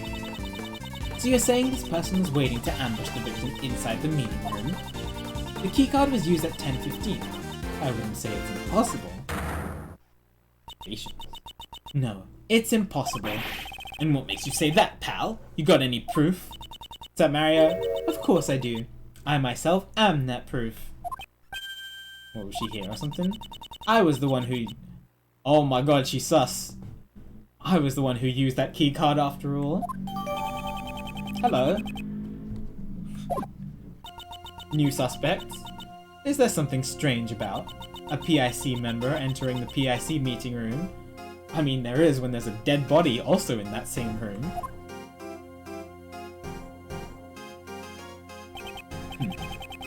That proves nothing. The fact that you were in here at all makes you a suspect. Or do you perhaps have any evidence that you didn't kill your colleague? Such nonsense! What would I gain by murdering her? I don't know, you tell me! Allow me to reiterate what you said earlier. I'm sure it will all become clear upon further investigation. Why would I, a faithful servant of the law, commit a crime? True enough, I entered this room. However, that alone is not reason enough to suspect me of a crime. That's the case. Please tell me why you entered this room. Also, tell me why your name doesn't appear on the frickin' keycard record.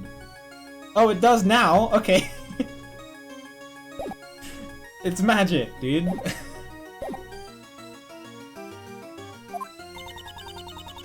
I had some business to take care of, and some preparations had to be made.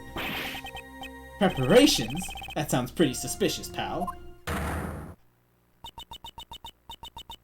Unfortunately, I cannot disclose what these preparations were. However, I'm sure you could hazard a guess, Prosecutor Edgeworth. She was preparing for my hearing.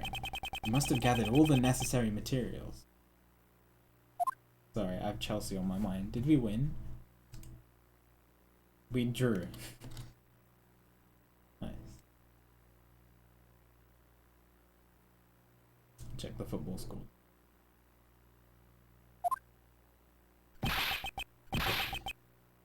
I know, Kondo, I checked 30 minutes into the game and saw that we were 3-0 down, and I was like, okay. It's good to see... Oh, who's this? Good to see young people go head-to-head so ruthlessly. Who is that? Hello? Who's this?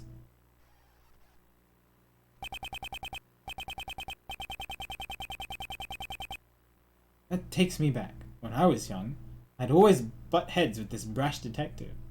Who's this? And then one day, he just disappeared. I hope he's still doing well. Ah, here come the waterworks. Chairman the Best. Oh, is this the Best's father? Hello, Courtney. You sure are full of energy today. Isn't little Von calm? Look how much you've grown since I last saw you. Sir, it has been quite a while. A curtsy? You don't have to treat me like some sort of stranger, you know. Remember back in the old days, when you'd sit on my lap and call me... That's not embarrassing at all. Call me Unky Boo Boo. Here I go again. Oh, how I cried back then. I like how he wrings out his beard. Pops, what are you doing here? A member of the PIC was killed, and I heard that you were in charge of the case. What kind of prosecutor is followed around by his own father? Hold your tongue! Do you have any idea who this man is? Chairman of the PIC, former chief prosecutor. He's the right hand of the goddess of law. No, Courtney. I mean, he looks like a bad guy. But I'm just an old chunk of coal. There's no reason to speak so highly of me. Please excuse my subordinate's behavior. I am Prosecutor Edgeworth, along with his trusty sidekick, Dick Gumshoe. I am Blaze the Best. I am the proud father. I am the proud father of that idiot.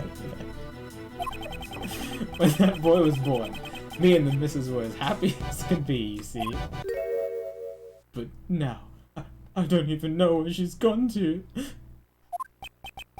Pops, you need a handkerchief? Ah, yes. Sebastian is an idiot, but he's such a good boy, you know. Quite the doting father and son. Now then, how's the investigation going? Sir, we've established that the culprit is Kay Faraday. We are currently focusing our efforts on the case. There are too many uncertainties in this case. It's impossible to determine that she's the culprit. Surely you haven't forgotten the matter of the letter? I already told you, it was just a simple mistake. The letter was in another yeah! You talk too much. No, let's all play nice. Everyone, just calm down. I'm sorry that you had to witness such an unsightly scene, Mr. Chairman. I wonder if the beard is real or fake. It just turns out to be like a bunch of cats. Don't apologize, Courtney. I can follow everyone's logic. Except Sebastian. Hey, Pops! Chairman DeBess, I am a prosecutor. My duty is to bring criminals to justice. I do indeed, Akira. However, I won't make someone out to be a criminal without sufficient motive and evidence. How many times do you do that? Heard about you and your relationship with the suspect, you know. Ah, to share such a strong bond. Kay has assisted the police in arresting criminals countless times, pal. There are too many facets of this case that remain unexplored. I see. The bonds of youth are a wonderful thing indeed.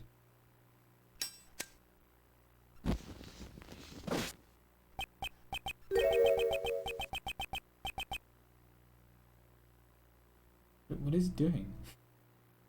That is that, and this is this, you know. What's that supposed to mean? The prosecutor's office needs to resolve this case as quickly as possible. I mean, just think of all the other cases that are piling up. There's no time to waste here. It's unfortunate, but you understand, right, Edgeworth? What? Now then, Kay Faraday. I'd like to arrest you now. Oh my god, can you... Okay. No! I won't let you. Kay's innocent, pal. To defy Chairman DeBest is to defy the law.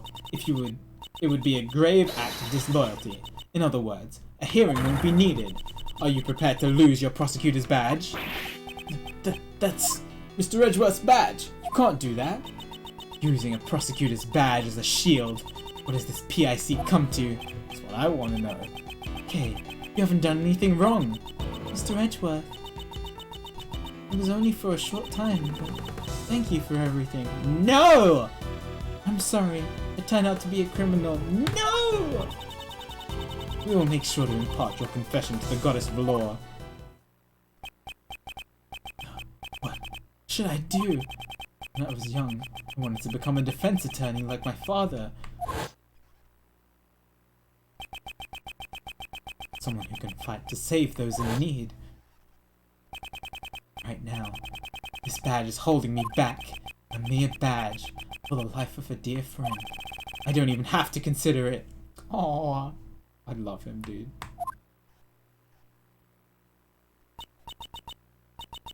Alright. Farewell, Mr. Edgeworth. Hold it! Hold it right there, Judge Courtney. What is it now? Prosecutor Edgeworth? He doesn't care.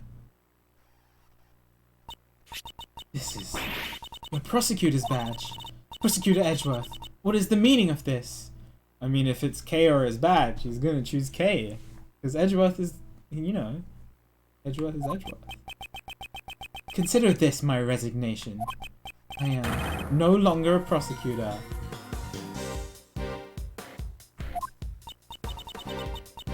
That's why we won't see him in Ace Attorney. Mr. Edgeworth! What are you doing? Explain yourself, Miles Edgeworth. You can't be serious. Mr. Edgeworth, you're joking, right? If you want a prosecutor, then my only mission is to bring the truth to light. If it's the prosecutor's part to turn a blind eye to the truth, then that title is worth nothing to me. Yeah, and that's all he cares about. It's the truth. It's just, it's crazy that it's come to this. I will walk the path that I believe in. I will not be stopped here. You're running away from Von Karma. From me. No matter what you say, I don't intend to go back on my decision. So, you're leaving me behind again? I'll never forgive you for this. No, this is all my fault. I'm sorry. If only I weren't... Kay, no, wait. Kay! Oh no, where are you going? Detective Gumshoe, don't follow me. Oh, but Mr. Edgeworth, boss. I'm not your boss anymore, Detective. That's just too much, sir. It's always been you and me. We've always been a team. Detective Gumshoe, you no longer need to follow my lead. You should try to accomplish whatever you can on your end. This is crazy. This is bad. We just let a dangerous criminal escape. Oh my god, can you just... How could I let her get away? After all my hard work. You see... He's had the most character development. Out of any Ace Attorney character so far. Rest assured, Mr. Chairman, this area will be locked down immediately. Good. I expect the best from you, Courtney.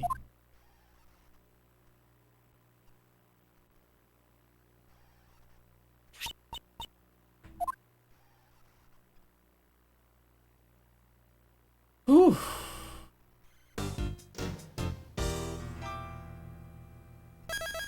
Pretty easy, dude. Yadge. Is that K's badge? Later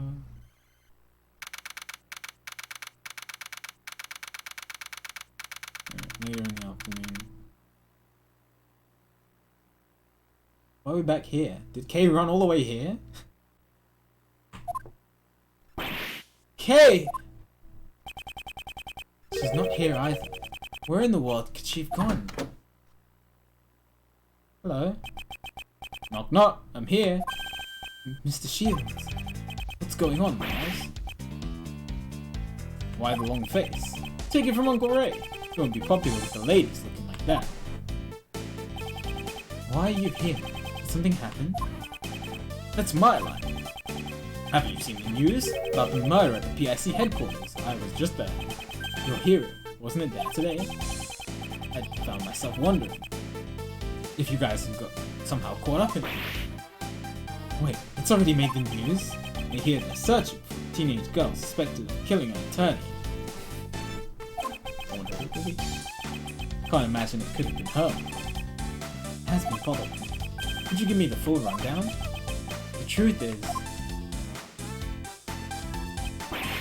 Miles, are you trying to give your Uncle Ray a heart attack? I'm not joking. She really did lose her memory. On top of it, she's a suspect. Makes things even more difficult. Where would she have run off to? She lost her memory, right? I was hoping she would return here, but not likely. She felt responsible for what happened to you, right? Then there's no way she would come back here. I know that, but where else can I look? Calm down, Miles.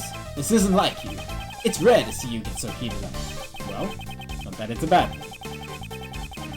If you're trying this hard to save an innocent suspect from false charges, I'm sure you'd make a great defense attorney. Actually, just a little while ago, I turned in my badge. But that doesn't mean I've decided to become a defense attorney. Besides, Hay isn't just a mere suspect. I may have only known her for a short time, but we've been through quite a lot together, and I know she isn't capable of murder. I'm surprised. I never thought you would go so far to support someone else. I don't know if you even realize it yourself. Seems like a deep bond has already begun to grow between you and Kay. It even gives my bond with your father a run for its money. No, it's not that deep. She just keeps barging into my state. Oh, it's just like Phoenix. Haha. Yeah, that girl can be quite a handful. But I'm certain that something has changed inside you since you met her. You're really jealous, you know? After all, I lost my old bond. That's all you need to find, Kate, right now. I don't want to lose your bond like Uncle Ray did. Well, I have a proposal. We have no idea where she is. Searching around blindly won't get us anywhere. In that case, why don't we try searching for the cause of her memory? Maybe that could give us a lead. Yeah, that's a good idea, dude. I see, that might be a good idea. From what she told me, something must have happened to her at the Grand Tower. Great, that's it. Let's get going then. Hey, at the very least, could you stop looking so grim? If you stay that way, Kay probably won't want to come back at all. Good grief. I'm no match for this man. Alright, back to the tower we go. It's now in the evening. There's, I think her name is Bonnie. Seems it's already dark. They'll open on the day of the murder. Gotta admit, capitalist spirit. There's no one here. Looks like we've got the place all to ourselves. Hello? Is he blind? To prove Kay's innocence, I'll need to investigate her lost memories. Hey, let's go, Miles! We can investigate the roof as much as we want, so let's do what we can.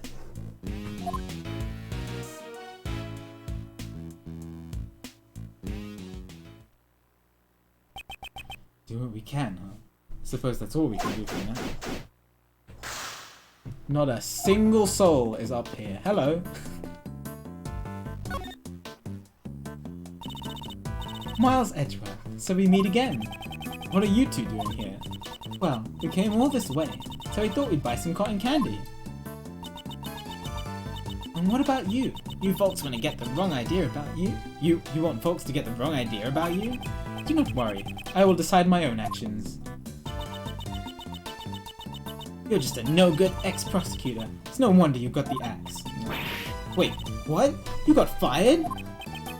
You needn't be concerned with what happens to me. Are you sure? Oh yeah, what happened to Kay? Huh? Was there some sort of trouble between you two? Anything I can do to help? Injection. It's fine. Injections are answer to everything? Oh right, it's getting cold, isn't it? Let's go home. Well then, Mr. Miles Edgeworth, let's meet again soon. Alright.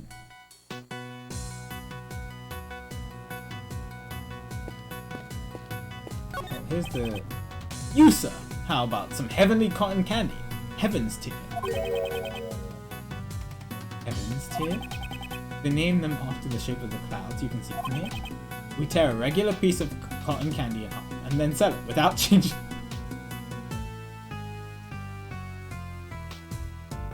Bro, you're not supposed to tell the customer that.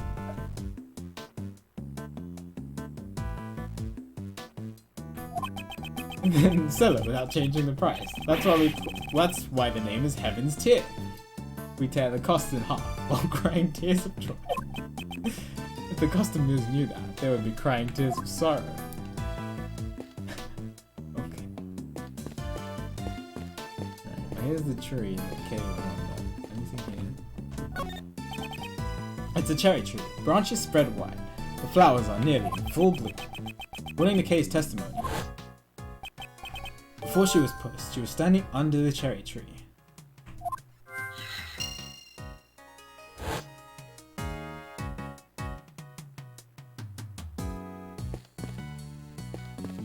Okay. That's the only piece of logic I have.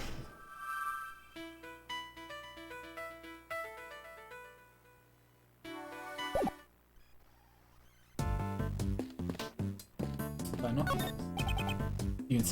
If you insert a coin, you can use these binoculars to get a nice view of the city. I'm sure if Kay were feeling better, she'd be happily glued to them. For her sake, I must thoroughly examine every nook and cranny on this viewing platform.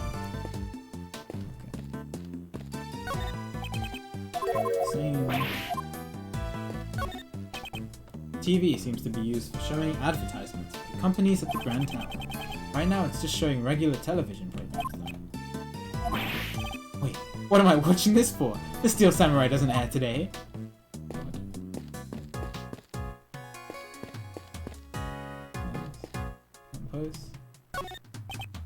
The person who pushed the person in the red raincoat who pushed Kay off the tower. He said they came towards her from the direction of the stand. From that, we can deduce Kay was pushed over the railings on this side. Okay. Railing is about as high as my chest. It's unlikely that someone could fall from here accidentally. I don't see any particular problems with this railing.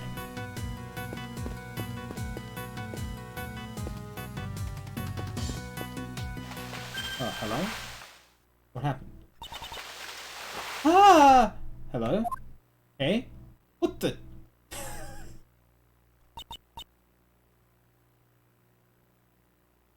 Ow! Hey. Don't mind me. I was just admiring the view beneath the tree. Did you just fall out of that tree? Good thing she fell out of the tree on this side and not the other side. I didn't mean to fall. My foot slipped.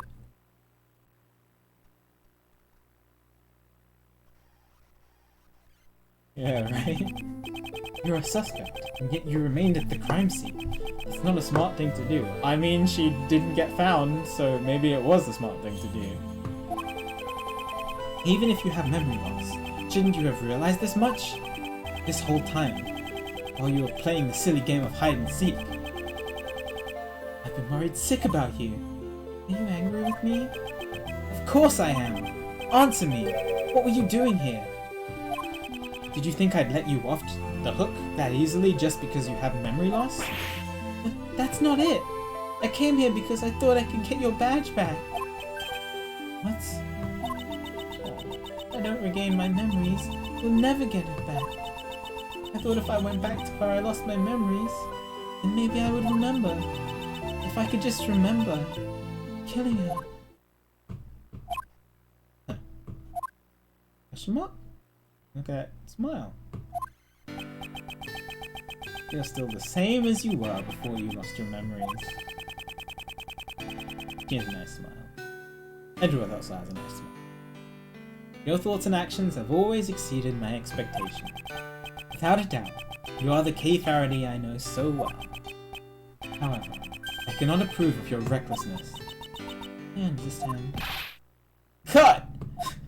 You get 0 style points, Miles. Or more like negative points. Here's how it's done. Okay, how about a hug? Dude, she doesn't know you. It's just gonna be weird. Okay. Oh ho! Well then. They wasn't expecting that. Mr. Shields. It's just a joke. Honest. Oh, what's that? We interrupt this program with breaking news about the Grand Tower murder case. Uh-oh. The police believe the culprit is a teenage girl who was present at the crime scene. She remains at large as the police continue to search for her whereabouts. Oh dear, this is getting pretty serious. Well, gang, what's the plan? We don't have much time. Indeed, it's only a matter of time before they find us here. So then, why don't you tag along with us for a while, Kay? But I'll just cause trouble for you again. Pains me to say this, but nothing left to lose at this point. Mr. Edgeworth. That settles it. We're all in this together now. Miles, you're in charge of proving Kay's innocence. Failure is not an option. I know. Yes, I understand. Kay, I want you to help Miles with his investigation as much as you can. Yes, I'll do my best. Let's be quick about it, before the cops find us here. Like some people, Uncle Ray still has a lot to lose. Sheesh. If I lose the law office, I'll never be able to face Gregory.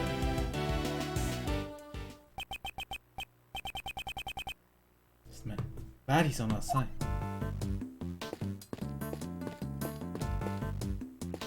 Look at the pretty lights. It's a statue of a pony sparkling in the twilight. Statue has wings. Perhaps it's Pegasus, the flying horse of myth. There's a horn on his head. Could it be the legendary unicorn? I thought unicorns didn't have wings. What's this? There's a plaque at the bottom. The title of this work is written on the plaque. A magical contradiction. I suppose the only part of this work I was able to understand was the contradiction part.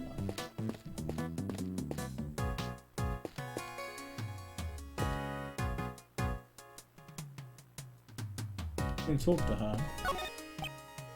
Statue of a creature with the body of a lion and the beak and wings of a bird. The statue seem to be guarding the entrance to this peaceful park. It's an immaculate work, down to the last detail. But since it looks so fearsome, wouldn't it frighten away the visitors to the park? I don't really see anything else to interact with.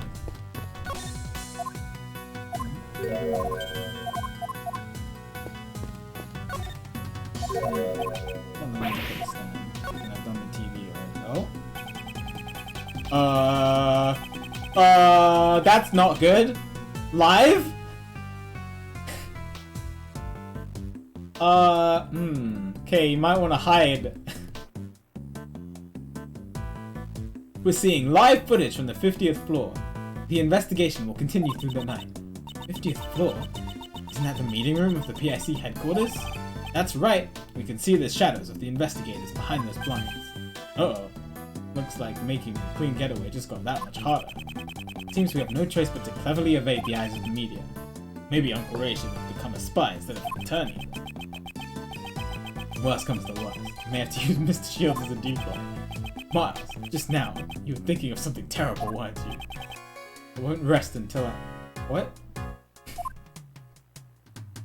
What?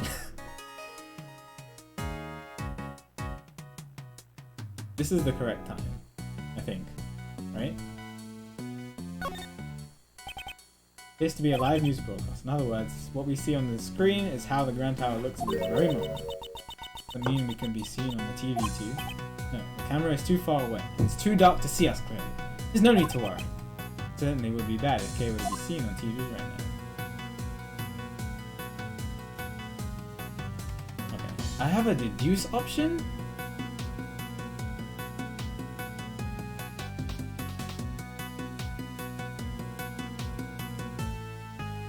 There's the cherry tree.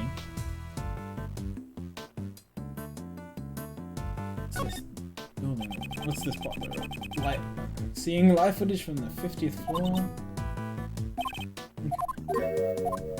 There is a huge contradiction in this image. Oh, wait, sorry, say that again?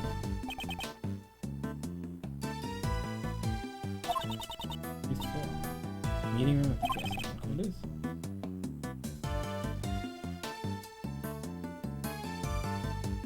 See the shadows of the investigators behind those blinds.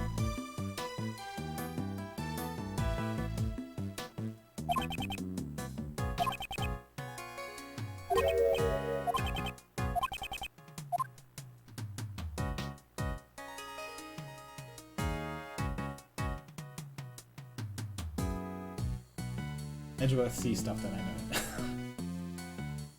This is a contradiction? What?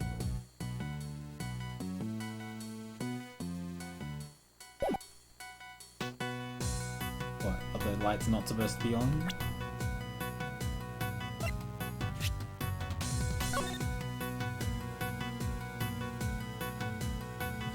Oh! Oh, the wrong. This is another. There's supposed to be another floor above it.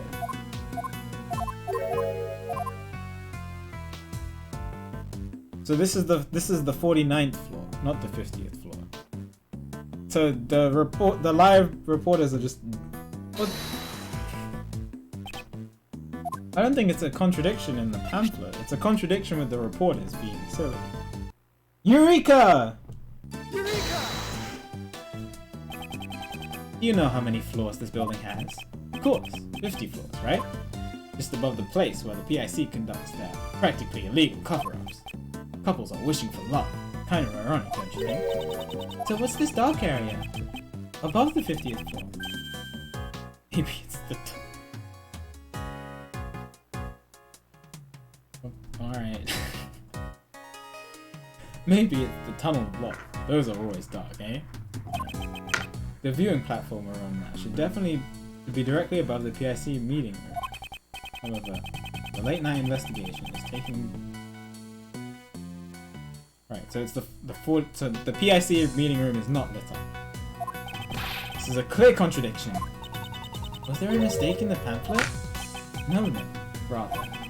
It's more natural to assume this building has a hidden 51st floor. Oh. I just assumed that the 49th floor was lit up, but apparently is that at floor 51? I see. So that's where the Tunnel of Love is. Look what you did, Ray! She's so pure and gullible. It's breaking Uncle Ray's heart. Then why don't you take this opportunity to be more serious for once? You just don't get it, Miles. Joke around and make things easier for you. On the contrary, his painful jokes only make things harder for me.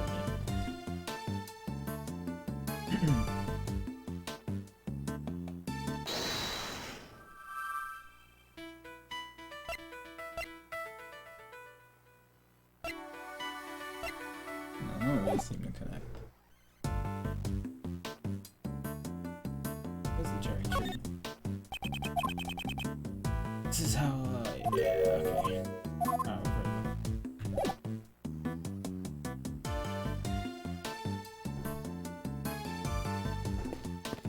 anything else? I don't see anything else to investigate. I guess I could start talking to people. I can't believe this incident is already on the news. I wonder how they caught wind of it. Maybe they're doing a live report from the helicopter. Uncle Ray's gonna be on TV. Miles, make sure you tune in. What is he thinking at a time like this? Okay, well that was very useful. What about, okay. This is indeed case 4. Yes, can I help with something?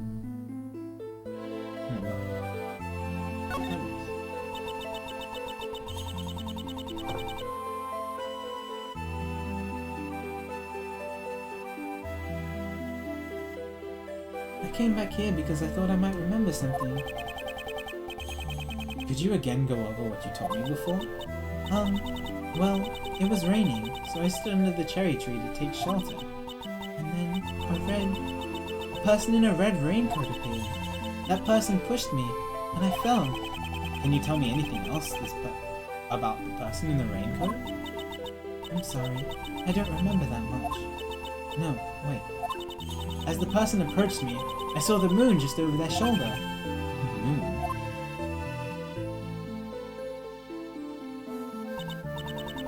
That's right. It's just a faint memory, but I think the moon was in the exact same spot as it is now. Wait. That doesn't make sense.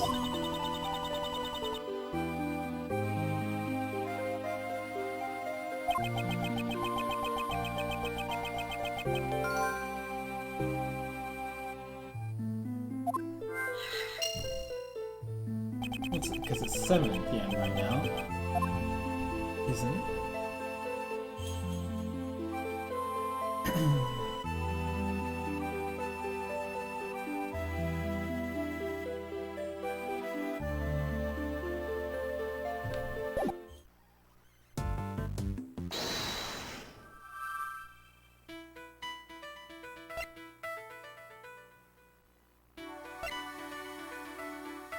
Wait, yeah. She must be mixing up something. Because if it was midnight when she got pushed off. That's looking at the intro though. Which means the moon couldn't have been there, because it's 7 o'clock now. Also, she said she saw the moon. Didn't she say she saw the moon behind the person? But the person was on the other side.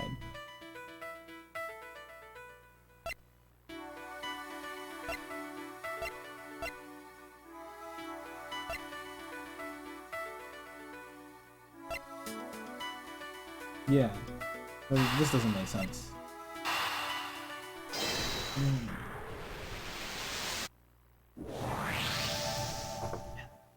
Yes! If I recall Kay's testimony, a person in a raincoat approached her from behind the candy stand. Then, this person supposedly pushed Kay off over the railing, opposing the stand. Moreover, Kay said she saw the moon over the person's shoulder. However, earlier I confirmed that the moon is floating in the opposite direction. And on the night Kay lost her memories, it seems the moon was in the exact same spot. Therefore, the positions of the moon and the person in the raincoat don't match up. Her memories have probably become confused. After all, had she actually been pushed over the railing, she couldn't have survived the fall. Perhaps I should question Kay's memories of where she fell. Oh. Okay.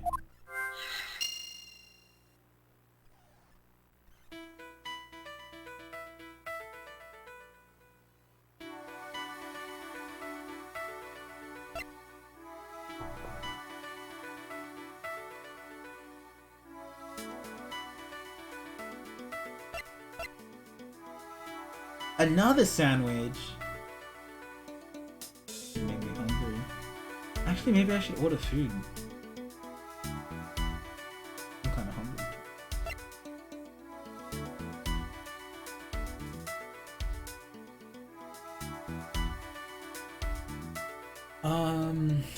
This comp...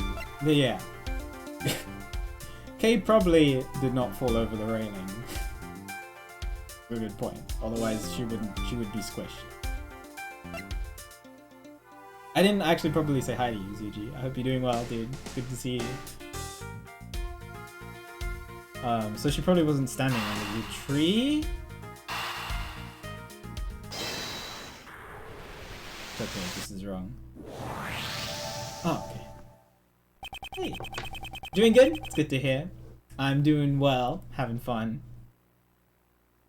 It's not out of the question, but 50 floors is quite high. How many floors is the Empire State Building? How many floors in the Empire State Building? 102. Oh.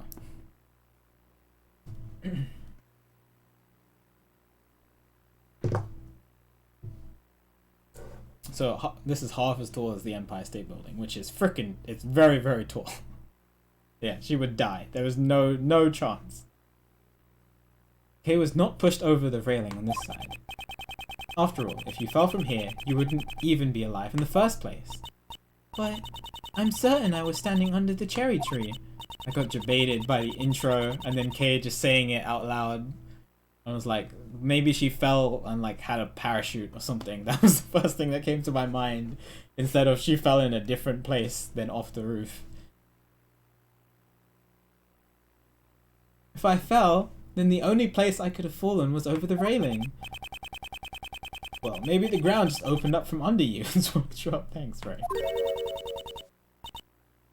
A toilet paper parachute, dude. It's not out of the question. The ground here can open up? How? No. It's just a joke, okay? Please don't take it so seriously.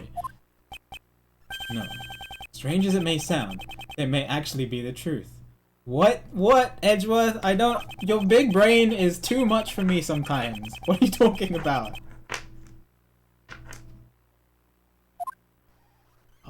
What? Wait, no, you can't just leave it like that. What are you talking about?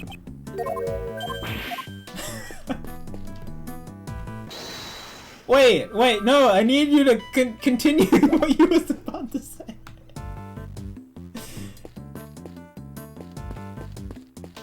Okay, well, that sucks.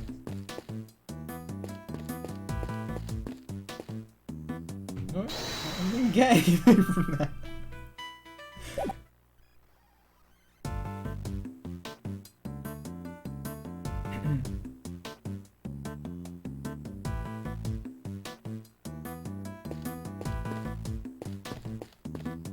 Yeah, well, continue talking, Nikkei. Yes? Can I help with something? Mr. Edgeworth, for a while now, I feel like I'm on the verge of remembering something. Yes, Grunt? What? Is that true?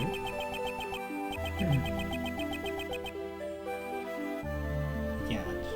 Well then, please speak freely. Say whatever comes to your mind. Okay. I remember a faint scent. It was a wonderful smell coming from the counter of a food store. I followed the fragrance, only to find a perfectly sculpted burger resting on 2 golden buns. The tender and juicy patty made my taste buds sing with joy.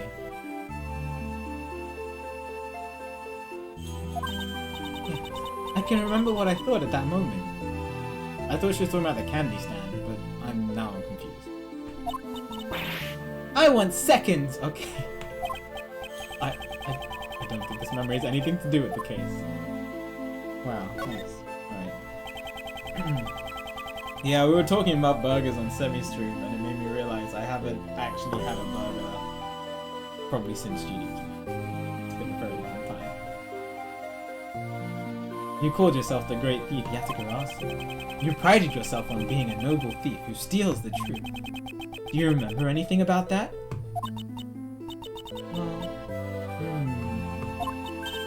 Ah! Maybe I was called a noble thief because I won the Nobel Prize. That's noble, not Nobel. And they don't give prizes for thievery. Yeah, we were talking about this, and then we had a recollection of the 7x7 we had at GDQ, and I'm like, oh. And then I was tempted to go to the supermarket and like buy a pound of ground beef. And then just like a block of cheese. Smash it all together and just put it in a sandwich. Okay, well I've done everything and now I'm confused. What did you mean about the ground swallowing up, Edgeworth? Why did you just stop? What am I missing?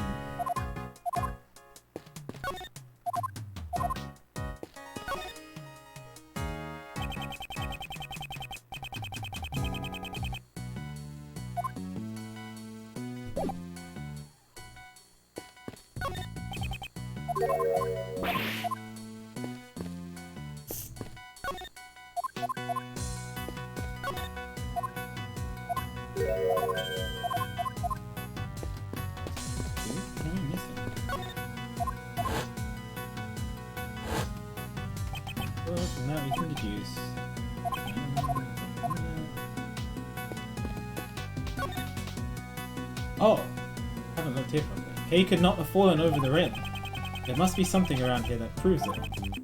I won't rest until I've inspected every suspicious looking nook and cranny. What is this? I didn't notice this before. Looks like a maintenance hatch. Kay, maybe you fell down here?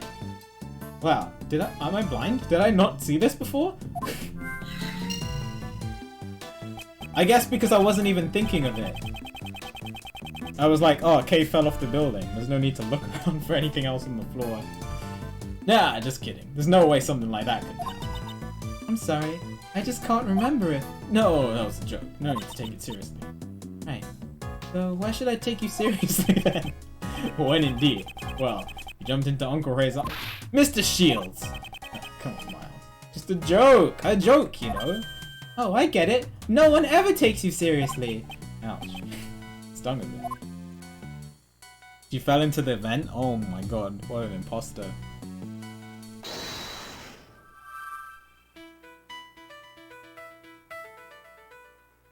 So she fell into floor 51? Is that what it's trying to tell me to do? That's why there's a floor 51? Part of the roof? An extra floor between the 50th and the viewing platform. Why didn't anyone notice it? Normally you'd notice it. I mean, how can you hide an entire floor? That's where the problem lies. No one noticed something that should have been easily noticeable. In other words, it must be impossible to access the 51st floor through normal means. I see. Maybe there's a secret portal or something. Okay. Now's not the time to be thinking with portal. Oh my god. I'd like you to recall the hatch at the base of the cherry tree. Isn't it normal to assume there's a room on the other side of the maintenance hatch? They definitely did. Uncle Ray likes where you're going with this. Let's hurry and check it out. There we go. Now let's see. This is... Looks like there's a lot of stuff down there. Is this what they call a storeroom? There is no doubt about it. This is where Kay fell down. Of course, with this, the mystery is solved. Oh, we still got a lot to do. No, not yet. We still have the mystery of the person in the red hood who was walking in midair. No, sounds fine to me. Now, let's not get greedy, shall we? We found the storeroom, so let's wrap things up here. I suppose you have a point. Does seem to warrant an investigation. Are we going down the vents? Oh my god, that's where the imposters live, though. Well, if it isn't Miles, is this the best?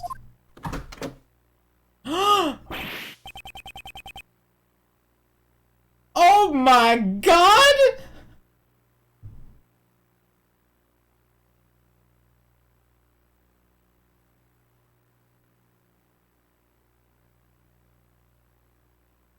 Emma, what are you doing here? Okay, last time she appeared for like 5 minutes and said like 3 things. Can she be here for a bit longer this time? I heard about the case from Detective Gumshoe. Since I was already in the area, thought I might as well check out the crime scene. Hang on, I just want to screenshot this and then send it to Gab real quick. Make it happen.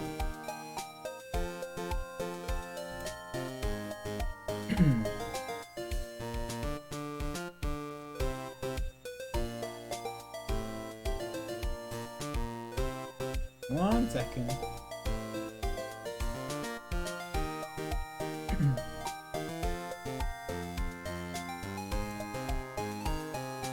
Oh, I mean, it's 3 AM. It's fine. It's fine. You can sleep. This girl's name is Emma Skye. She's a high school student studying in Europe to become a forensic scientist. I was probably close to like 5. She's the younger sister of my former boss, and a witness in one of my trials 2 years ago. Oh yeah, hasn't been that long. Detective Gumshoe told me everything over the phone. He sounded really upset. He said you lost your badge at the Grand Tower, and Kate became a mommy. Please calm down. I thought you left for Europe just a few days ago. Didn't tell me you've come back already. Yep, and I've brought my teacher from abroad too. What? He needed an interpreter, so I volunteered to help. Your teacher cannot speak English. Why aren't you with him right now? He can still communicate with people. Don't underestimate the importance of body language. It doesn't really count as a language. But enough about that. What happened to Kay? Is she alright? My, what a good friend. Isn't this great, Kay? Yeah. Who are you? Are you Mr. Edgeworth's new assistant? Ha ha ha. On the contrary, my dear. I'm Ray Shields, head of the Edgeworth Law Offices. Edgeworth Law Offices? Wait, you mean like defense attorneys? Mr. Edgeworth, when did you suddenly become an attorney? No, it's not like that. Now that I think about it, it is a rather complicated working relationship. Don't sweat the details. Let's start with an introductory hug. Why'd you become a defense attorney, Mr. Edgeworth? Hey, don't just ignore me. Because I don't approve at all. Well, why don't we continue this conversation down below? That's right. The police could arrive at any second now. Question mark? Mr. Edgeworth, who's she? That's Kate. I'll explain later. First, we have to go down the hatch. Ah, okay. Guess I'll be joining the defense team? I'll explain about that too. Well then, let's go to the storeroom. Oh, TBC. We're churning through these. We'll be done in no time.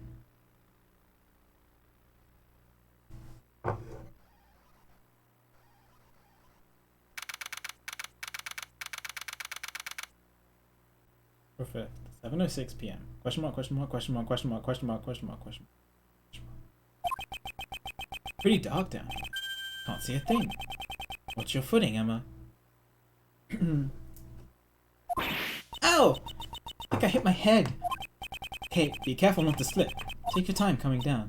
Ah, okay. Light switch should be around here somewhere.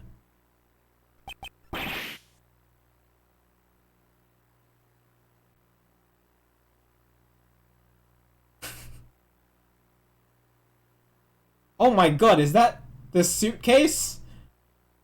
From case 2? Investigations 1?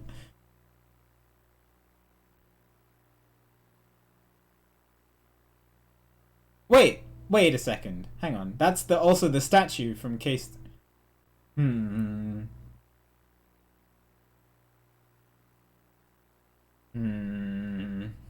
What's going on here?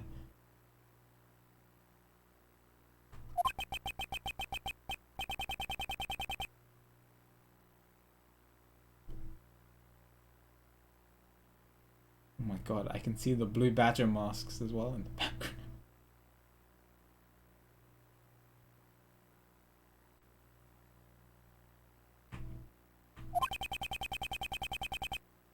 You need to investigate it thoroughly. Okay. Mr. Edgeworth, please tell me about the case. Right then, where should I begin? Well, it has the statue from case 2 as well as the suitcase case 2 in the first game. I was wondering why they're here. I see. This is certainly a serious situation. Why does she look like she's having so much fun? Looks like you're in a bind, prosecutorial attorney Edgeworth. Okay. You guys feel free to use MOU as much as you want. I'm not a defense attorney, nor is there such a thing as prosecutorial attorney. It's like a job for science. Don't you worry, I've got everything here in my bag. Are you sure you're up for this, Emma? Of course! So, once again, it's good to be working with you, Mr. Edgeworth. And I'm glad to be working with you as well. Looks like we've got ourselves another cute assistant. So, what's the plan? That lift looks pretty suspicious to me. I agree. It looks like it goes down? Question mark? I'm curious as well. But first, we should investigate this room. Okay, if you find out anything, be sure to tell Uncle Ray. If I remember something, I'll let you know. Yes, please do. Emma. Roger, I'm ready to support. Well, let's begin the investigation. Okay. Oh, Emma's my assistant now. Oh my god. I'm so glad she's a bigger part of this game. I was kind of sad that she You only see her in one scene in the first game, and then you barely get to talk to her. Suitcase. No, I'm sorry. I didn't really want to talk to you. I wanted to look at the suitcase. I guess it won't let me. This statue. Yes, is it some sort of new fact? No, this is the evidence from a case that I was previously involved in. I believe it was called the Alice Red statue. I was trying to remember the name of it. There was supposed to be two of them, one real and one fake. But no matter which one this is, it's unnatural for it to turn up in a place like this. Mr. Edgeworth, you've really seen it. What was that? You've really seen a lot of cases, huh?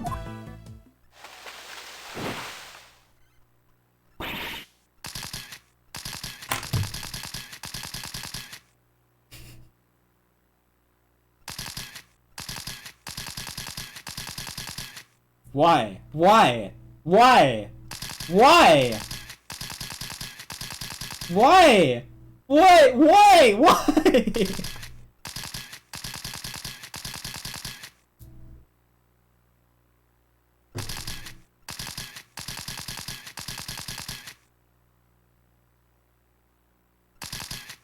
I was wondering what that noise was. And I got scared the game's audio was messing up, but no, it's just Lotto. Alright. Yippee-ki-yay! I got me a scoop! Ah! Oh, my eyes! Stop it! You ain't getting away from the Great Lotta's camera that easy. I reckon y'all must be criminals. I'ma snap 16 shots before y'all can even say cheese. We're not criminals! Hello. Oh. Really? It's the first time I've seen her, like, this sprite in non-HD, I think. You ain't fooling my camera of justice with those words. You are... Huh? Yeah. Ain't you that heinous prosecutor from back then? Who are you calling heinous? This is Lotta Hair. She's a photographer I've dealt with during my past cases. I've seen a distinctive accent and her chatterbox mouth haven't changed a bit.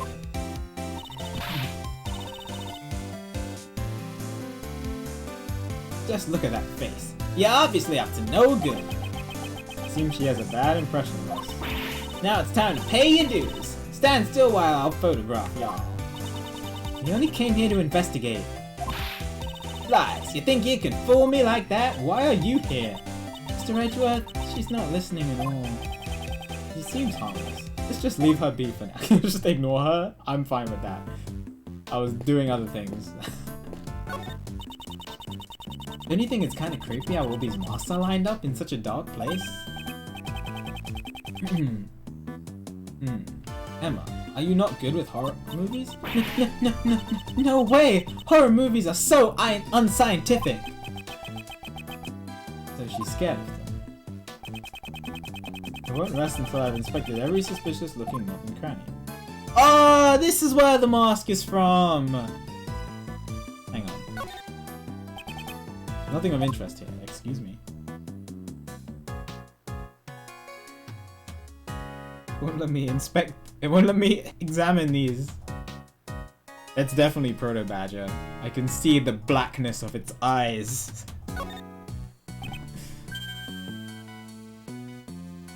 Various masks are placed here. There's even one of the Steel Samurai. Indeed, there are fairly high quality replicas. Scientifically speaking, it's just a bunch of random masks. It certainly does look like a hodgepodge collection of masks. Edgeworth would never say the word hodgepodge.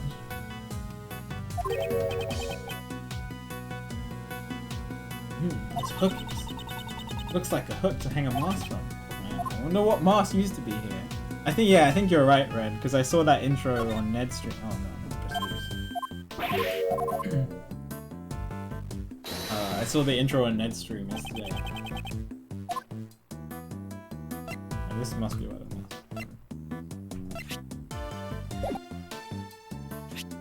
Eureka! Eureka! The Jammer Ninja mask that Kay had with her. Perhaps it was originally attached to this hook. That sounds plausible, scientifically speaking. Every time she says the word scientific, I keep picturing Amayu in my head.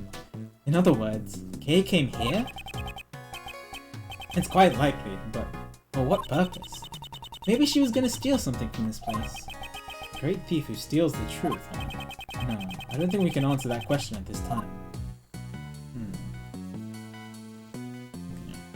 What's here? These are murder case files. Huh? Well, what are those doing here? What is this place, dude? By all rights, these should be kept at the prosecutor's building on the courthouse, but it would seem that someone has removed them. Something is afoot. We are none the wiser. I am so weirded out right now. Somebody is selling a bunch of evidence, by the looks of it.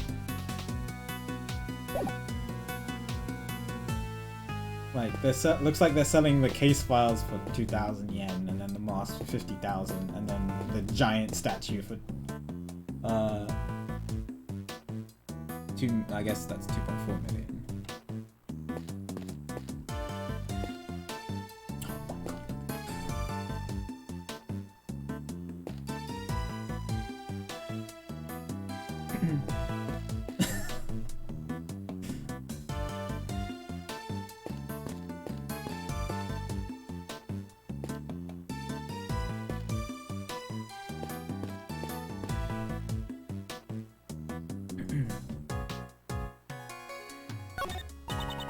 What's this?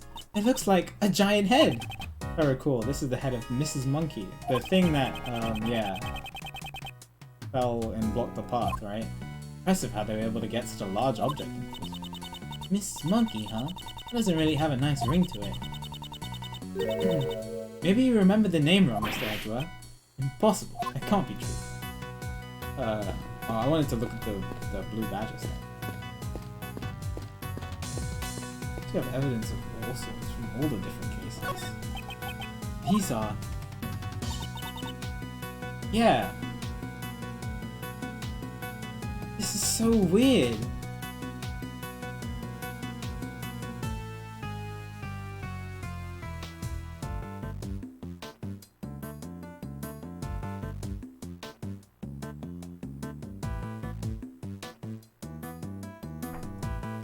So you have the... Let's see if I remember. So the perfume and the ink is from Investigations 1, Case 5. The little... The animal, the one that's 8,400, that's from the, like this game, Case 1. And then you also have the lantern from 1.5 to... What? Investigations 1.5.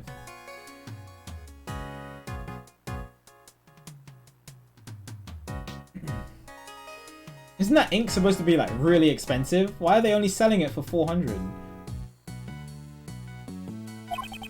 The items displayed on this shelf here, if I recall correctly, are all evidence from past cases that I was involved with. What are they doing here? I guess that would make this place the PIC's evidence storeroom, huh?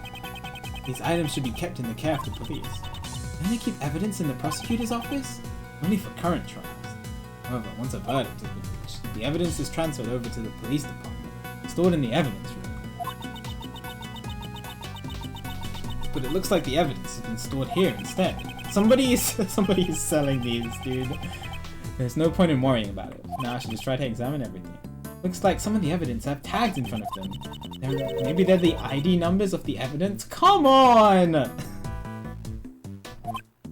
No. Based on how large these numbers are, and the nature of these items, I'd say these are prices. Thank you, Edgeworth.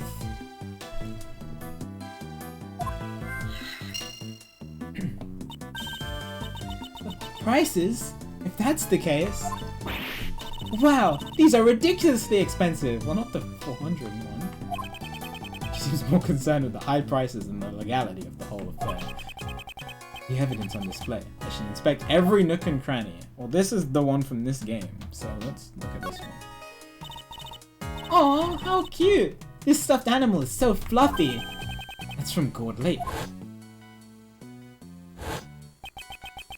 It should be in the care of the prosecutors assigned to that case right now.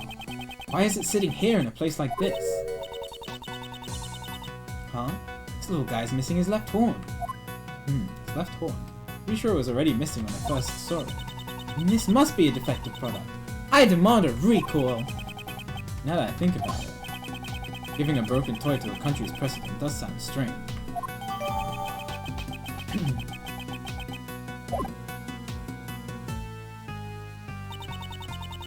Storeroom contains items to be sold, doesn't it?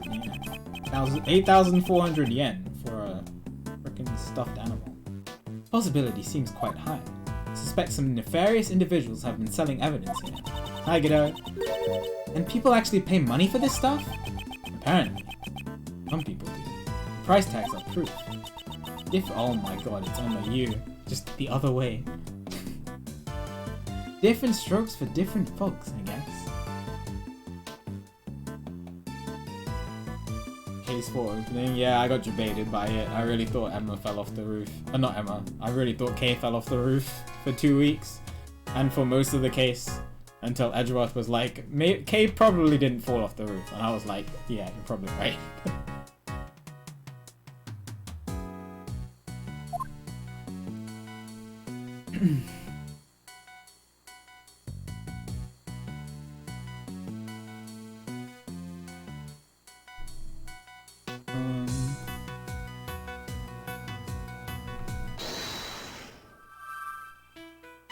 Oh, that's the only thing I have.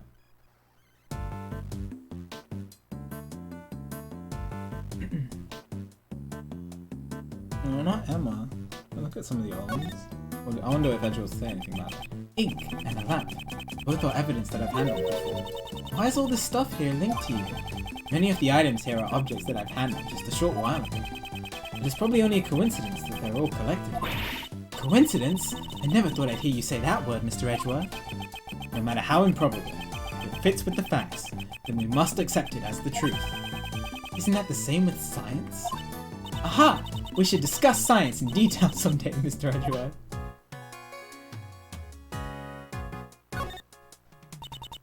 What a cute doll! It kinda looks like the Steel Samurai. It's the Iron Infant. That's where it's from. Son of the Steel Samurai and the Pink Princess. He was destined to become a hero of justice from the moment of his birth. So much pressure rests on his tiny baby shoulders. And yet, he carries himself with grace and dignity that belies a toddler of his age. Hello? Mr. Edgeworth, are you even listening to me? Of course I am. What's this? Strange. Only this one spot is empty, but it still has a price tag, just like all the others. Indeed. Furthermore, there is a part of this cloth that is not covered in dust. Perhaps something was placed here not too long ago. Something star-shaped? It sure seems like it, but what could it have been? Star-shaped mark in the dust. I wonder. Could it be related to a certain piece of evidence? It's star-shaped.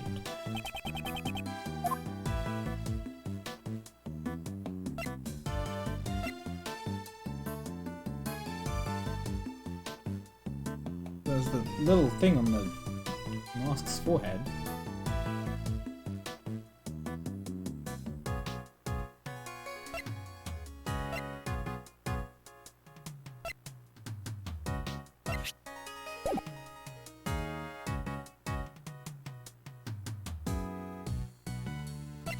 But the mask was supposed to be on the mask stand.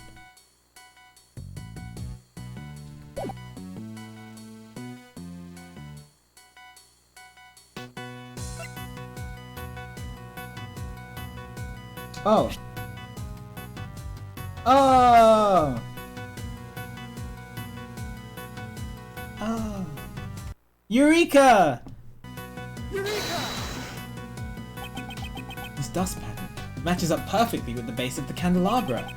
It's likely that the killer got the candelabra from this very storeroom.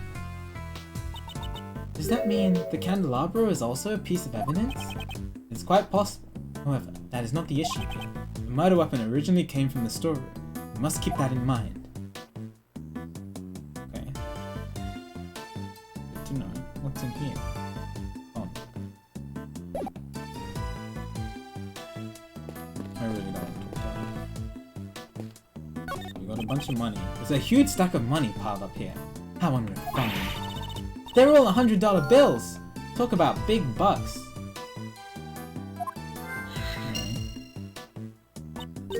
How many times your yearly salary do you think this is worth?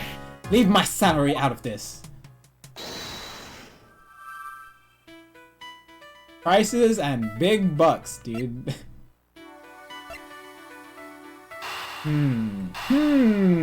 I wonder if these two connect.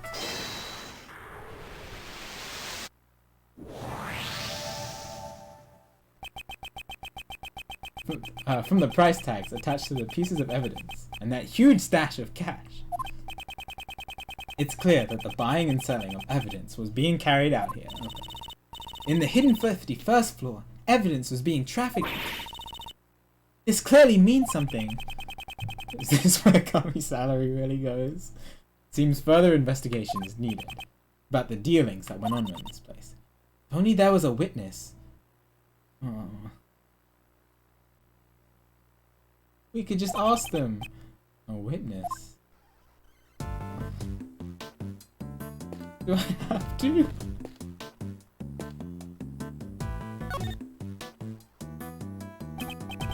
So, why did you come here? For the people of the world, and for myself. I'm a social justice photographer, after all. Social justice? Then allow me to guess the reason why you came here. Was it perhaps to expose the illegal evidence trafficking? Oh, I get it. That is MOU for sure. You were trying to get a scoop on the secret dealings.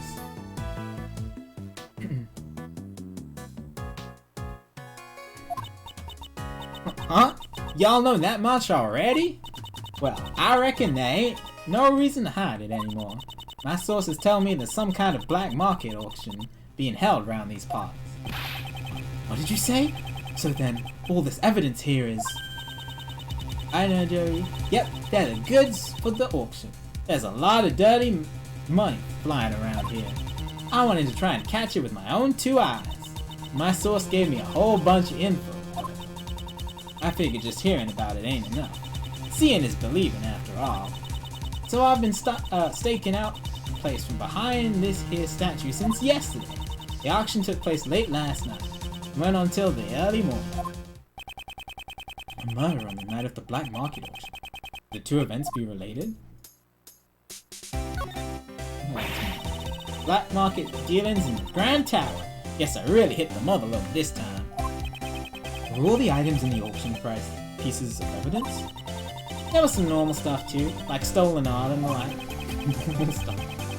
I wouldn't consider stolen art to be normal. But I reckon the evidence was the star of the show here. These folks are law fanatics, trying to get their hands on the latest goods from the police. So that's what you wanted to get pictures of, Miss Hart. Pretty much. They were meeting right under this very star room, so I watched them from up here. You said you were here since yesterday.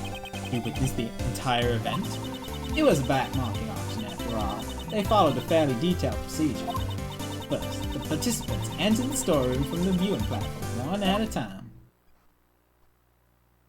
Interesting. When they got in, they each took one of their masks. Each took one of the masks on the wall over there.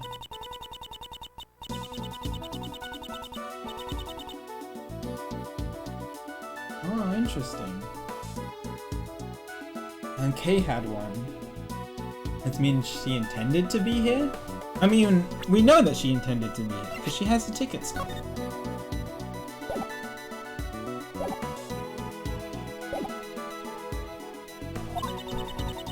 That way they wouldn't be recognized. They wanted to protect their... anemone. You mean their anonymity? Yeah, that's it. Their the anonymity. Why not just say identity and make things easier for all of us? After putting on the mask, they go down the lift.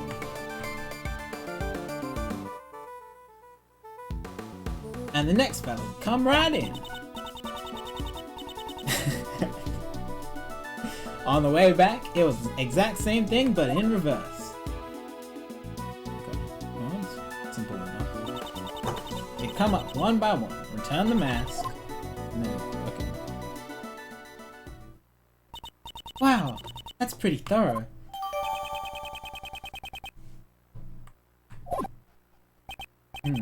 How many participants were there? 7 people altogether. I counted each of them as they made their way down.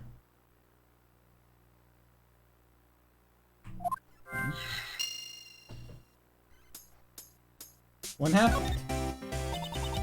I'll have you know I wasn't just laid up behind the statue this entire time. And where were you in the beginning? The beginning? Well, don't you worry yourself about that, you hear? No, I will worry myself about that. Tell me where you are. So she was hiding behind the statue the entire time. Okay. I watched the folks coming in while lurking in the shadows. All secret agents. Note to self. Secret agents like to lurk in the shadows.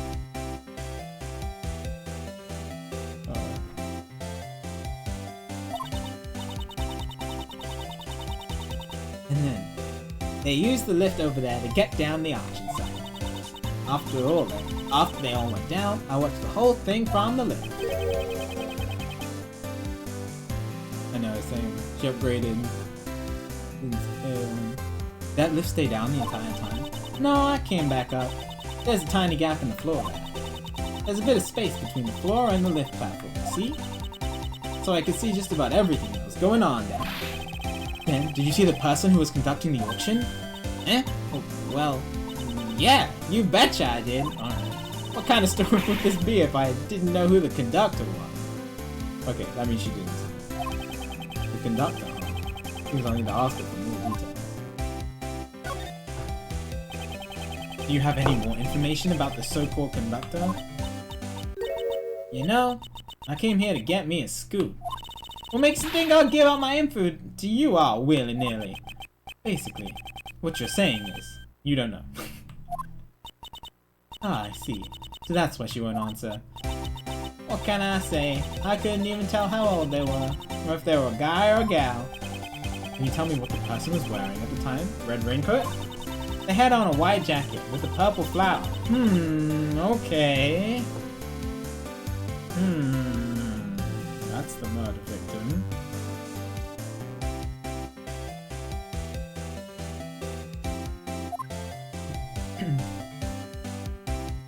But you know, that don't mean much when I have no earthly clue who they really are.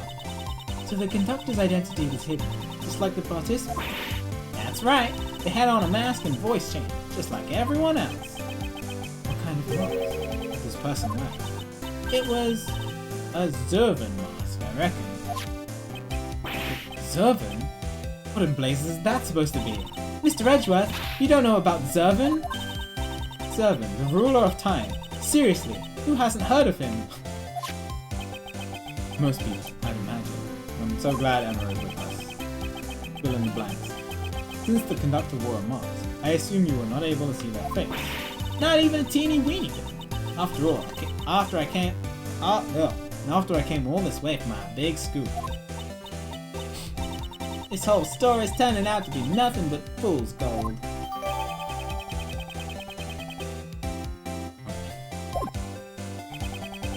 That set of clothes seems familiar. Perhaps I should show them.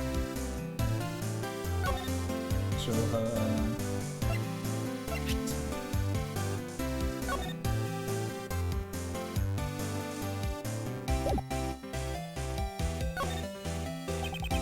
You said the conductor wore a white jacket with purple flower and white gloves. That's right. You sure look spiffy for a criminal mastermind. Miss Hart, did they look anything like this? Hey, that's it! That's the conductor! Hold your horses! Are you telling me the conductor is dead? He's the victim of a case we are investigating. Her name is Jill Crane. Have you heard of her? Can't say I have. So, she was a lady, huh? What kind of gal dressed like that? She get her kicks by fooling me into thinking she's a guy? Not that I intend intention was to deceive you. Setting that aside, we've established something of major importance. The victim was the conductor of the black market auction. I see. So the conductor was killed. And that might explain... Explain what, Miss Hart? No. It's nothing. Honest. No, tell me. Miss Hart, you clearly sounded suspicious just now. I'm telling ya, I ain't. Can't be. Sorry, were you trying to say something? No, I ain't. I ain't said nothing. Please don't be like that. Just tell us. How many times do I gotta tell y'all? I'm a journalist. Information was what pays the bills. I can't just go around spouting everything I know. I already said too much. I ain't got nothing left to say to y'all. Then, what if I found some fingerprints for you? Oh my god.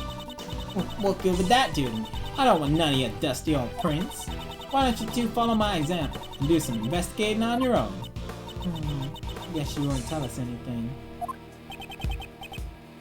Yo, what's up, Iron? Thanks for the Twitch Prime sub, much appreciated. Enjoy the emotes. Super nice of you to do. Thank you. Great. Not to worry, Emma. Just leave it to me. I have a certain method for drawing out information from those who wish to hide it. Oh my god, we're about to throw chess pieces at Lotta's face. If my opponent's lips are sealed, I will be the one to unseal them. Let us begin.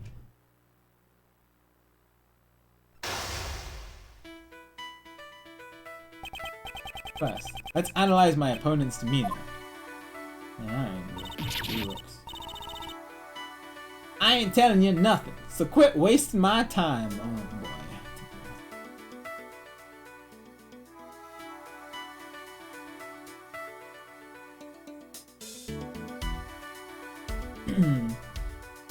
Please use all my strength to throw them.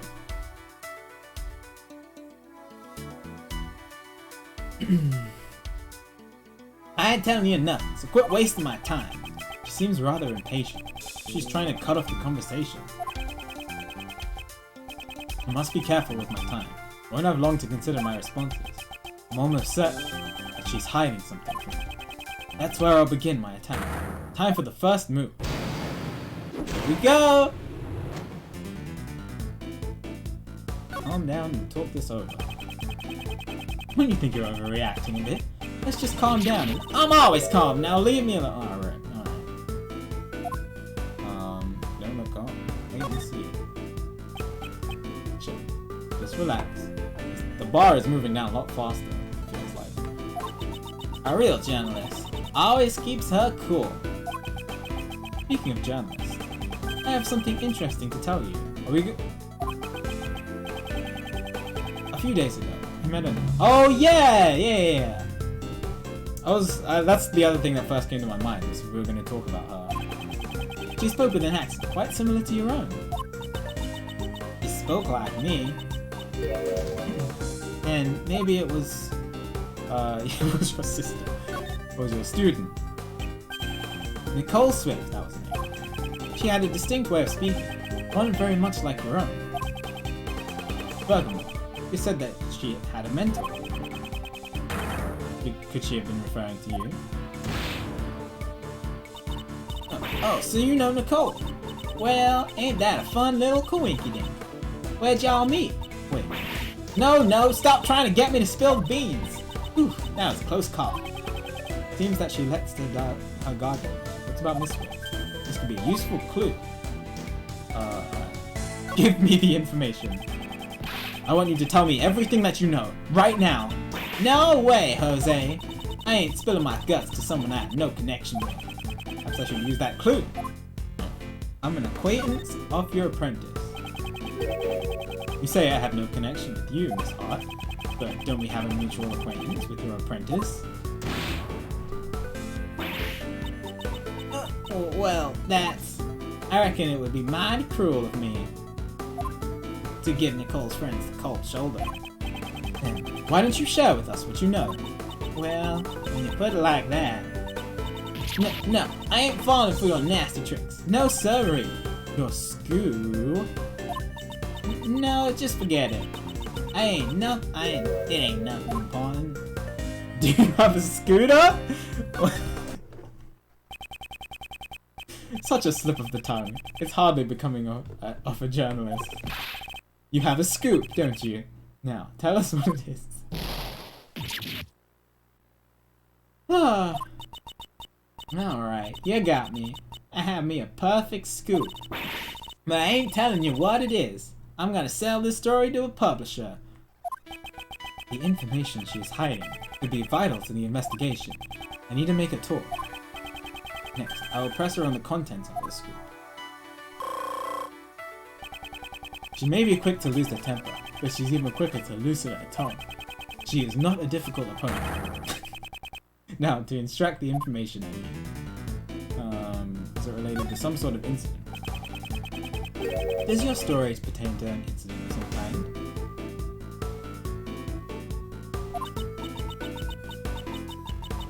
Maybe it does, maybe it doesn't. That's hardly a clear answer. Why are you always hollering at me? I ain't done nothing wrong. I just snuck in to do some investigative reporting. Go stick around somewhere else. Wait and see? If you ain't saying nothing, I ain't saying nothing neither. That was too passive. Frick. Oh my god! I'm gonna die, dude.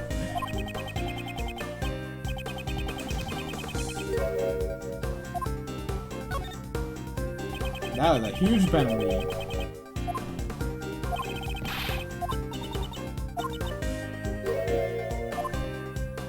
You were trespassing.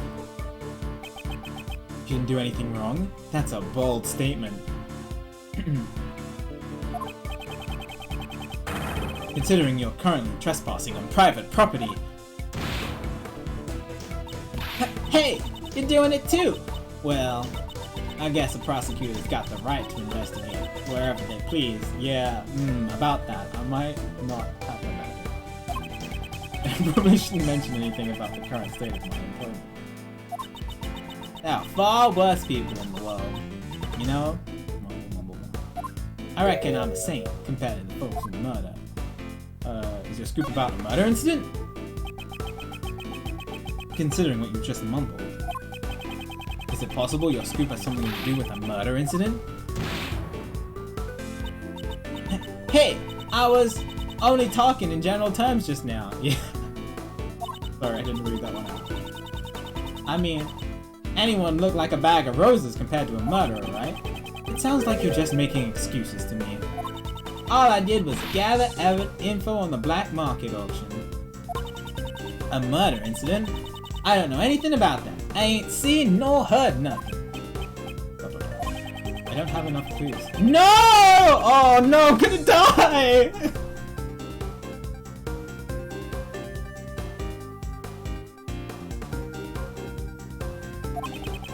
Maybe I should try another line of questioning. Alright. I gotta get ready. I gotta get ready. I don't even know which one this was. What did it say? Does this group of yours have something to do with the black market auction? What are you talking about? I don't know nothing about that. Weren't you in the middle of infiltrating the black market auction?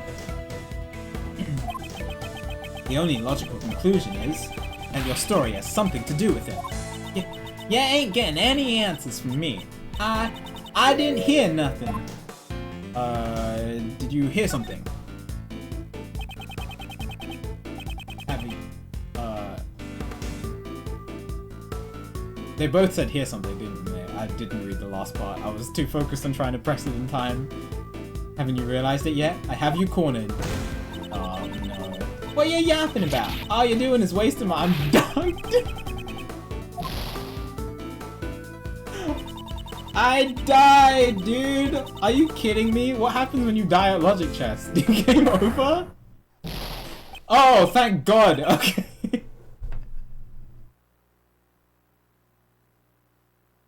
Oh.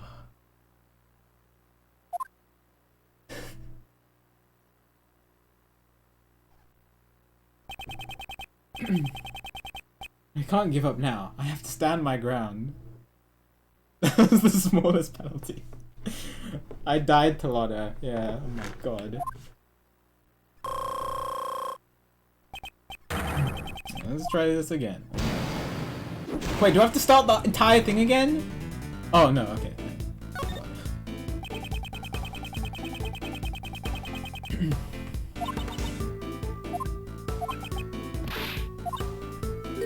Didn't hear nothing. You hear something at the auction. You didn't hear what exactly? Did you hear something during the auction? No, that's... I just heard a weird sound is all. But you said you didn't hear anything. It ain't even worth mentioning in my article. Just forget about it. No question. Something happened during the black market auction. She heard a strange sound. Could be a useful clue. Alright, I got it. She said she didn't hear anything. You were trespassing.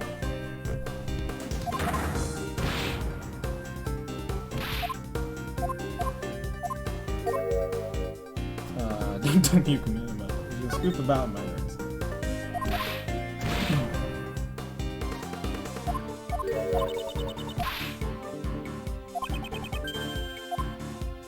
Did you hear a strange sound?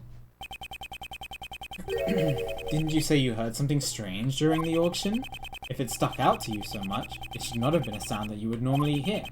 For example, the screams of a murder victim. How'd you keep figuring everything out so quick? That's right. I stumbled upon a murder in the middle of my stakeout. But please, don't make me say any more. This is the biggest scoop I've had in a while. A murder that she overheard. It's most likely the same incident we are currently investigating. This is bound to be crucial information. I'll finish this by confirming the credibility of her information. She has nowhere left to run. It's time to deal the final blow. Tell me more about the incident. Tell me what you know about the murder incident. Well, my memory ain't what it used to be. Not much I can talk about. I ain't the most attentive gal in the world, I know. I don't have enough clues. What? Oh. Maybe I should try another line of attack. Are you still hiding something from me? Tell me the truth. I know you're still hiding something from me. I ain't hiding nothing from nobody. I already done told you everything I know. You don't have enough clues again, Edgeworth? Come on!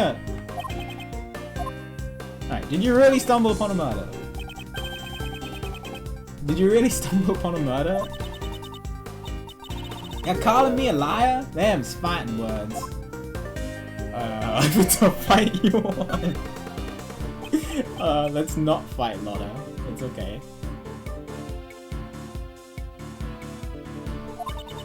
I'm a bona fide journalist. I would never publish lies in my articles.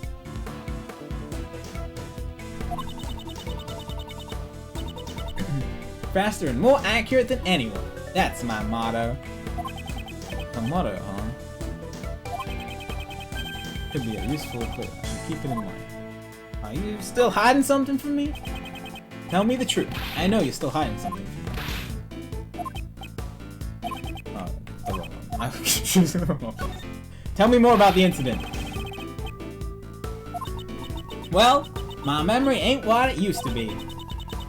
Not much I can talk about. I ain't the most attentive gal in the world, you see? Oh yeah. Perhaps I should use that clue. Isn't accuracy part of your motto? Oh, attacking with a rook? I'd hardly expect a bona fide journalist to be so inattentive. Angel, are you okay?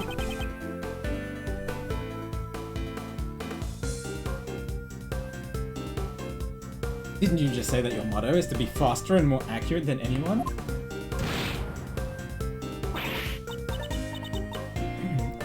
Well, that's... as I expected. The credibility of your information is suspect.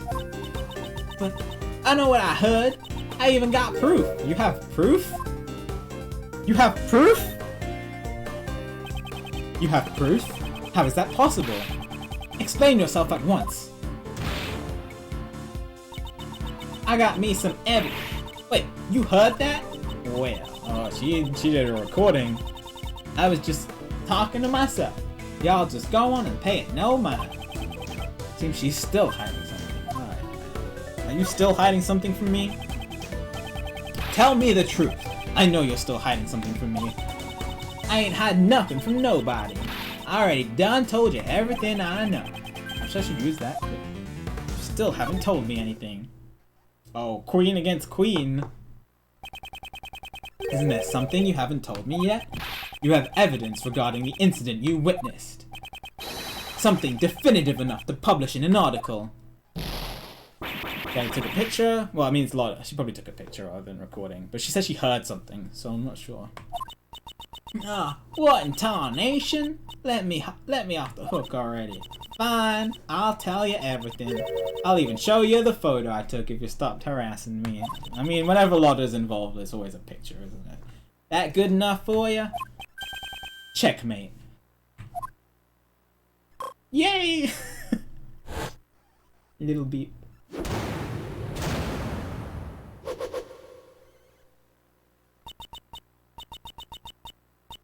I lost. I really lost. The mouth of the South has been defeated. Now then, it's time to come clean. Tell me everything that you know. I was watching the auction, gathering info for my story. You didn't just watch though. You got shocking photographs too, right? Ugh. A little while after the auction started. Someone won a bid, and the conductor banged the gavel. Someone hollered, "We'll finish the deal upstairs," or something like that. That ain't good, I thought to myself, as I hurried back to hide behind the stanchion. Did you see whoever came up? Not quite, but I reckon the fella that came up was the winner of the bid.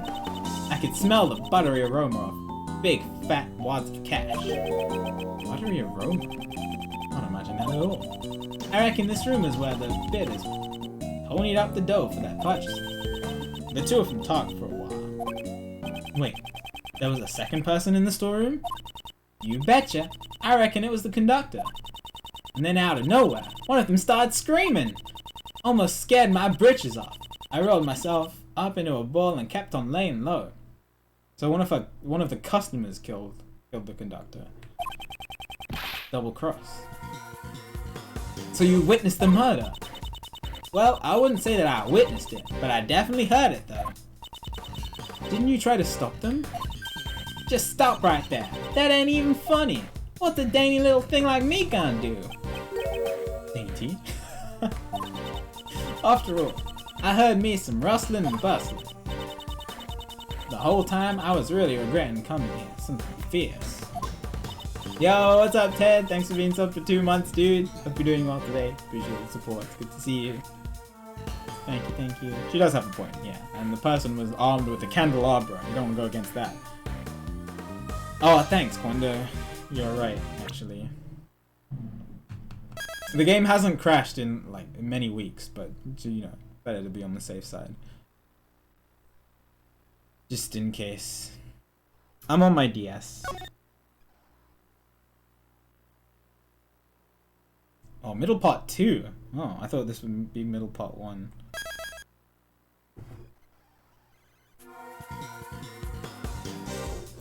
Can't believe I've never worn a hat before. Well.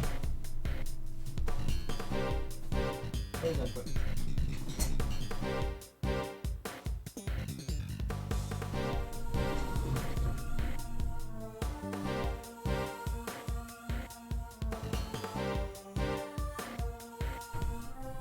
Where did I put it?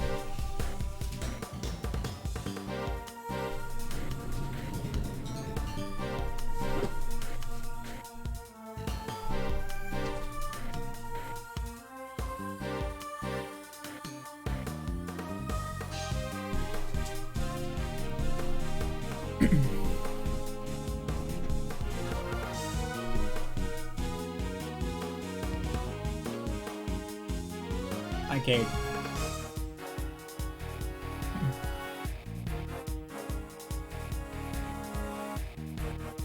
Well, yeah, that makes sense. I mean... excuse me, Cade. This is the best hat. This is the only hat you need. But nothing gets in the way of Lotta Hart and her photos.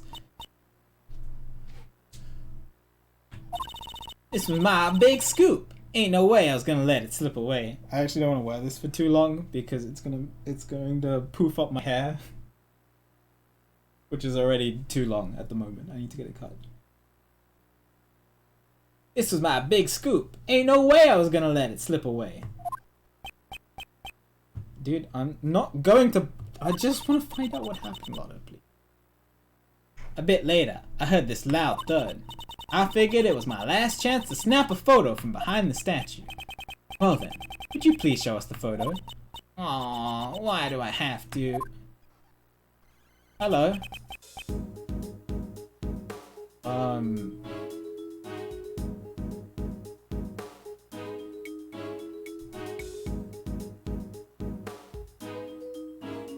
This person has blood in their left hand, and the murder victim also had blood in her left hand.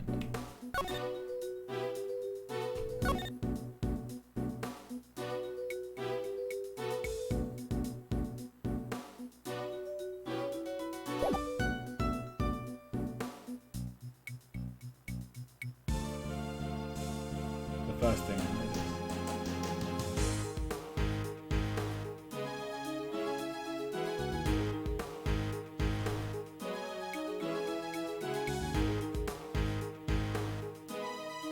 That can't be a coincidence.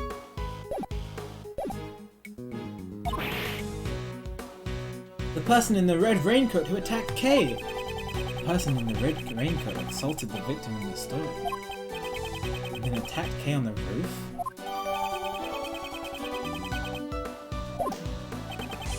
There's only one person in this photo. Where is the victim? Yeah, I thought it was strange too.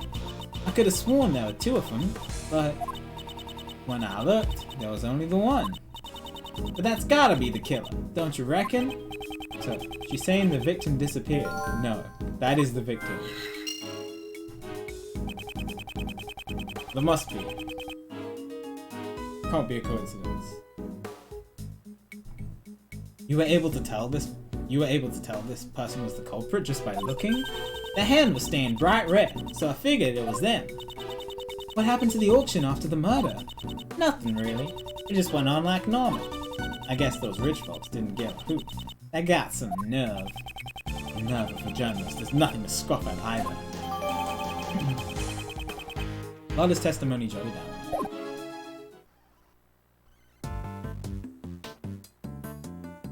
Is that not it? Oh, I guess I got a piece of logic, didn't I?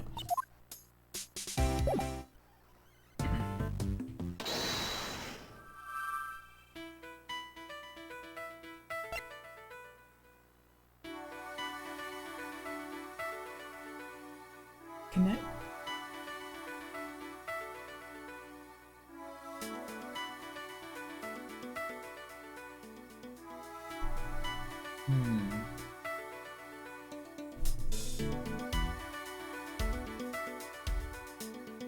I guess it can connect, right? Because if then according to that must mean there's only one exit other than the lift. Which means... Well, the thing is, I already know that it was the victim in the photograph, but the game doesn't know that yet. So let's connect those two. Somehow.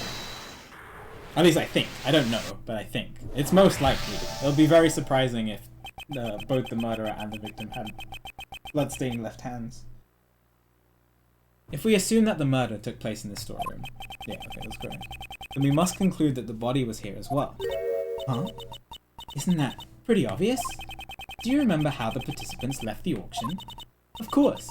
They passed through the storeroom on the way back from the auction. Ah, exactly. The culprit had to hide the body so that the participants wouldn't discover it. The real question is, where was the body in? Not be seen. Emma, would you mind lending me a hand? Leave it to me! What do you want me to do? Let's see. Use your luminol... Oh my god. Use your luminol reagent to test for a blood reaction, if you would, please. Okay, let me show you the power of science! I actually feel really bad that Gab is missing this. She must have been really excited for this.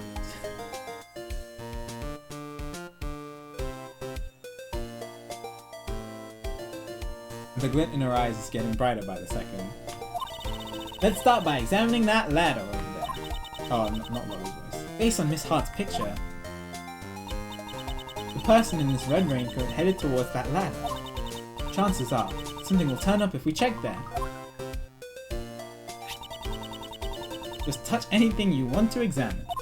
If you do that, you'll be able to spray the luminol reagent to it. I know the screen is kind of small. Hi, future Gab. If there's a bloodstain on the spot where you sprayed, you'll get a reaction like this. Even so, no matter how many times I see bloodstains, they're always so gruesome. There's a blood reaction here, but it's kind of faint. Let's spray it with luminol 2 or 3 more times, so it'll be nice and clear. You can see it clearly now. Looks even more gruesome than before. Do you understand now how to look for bloodstains? There are probably a few more bloodstains here. So why don't you give it a try, Mr. Edgeworth? Dude, I loved in Apollo Justice when you had to analyze the footprints and you have to pour in a mold and stuff like that. Oh my god, the power of the DS.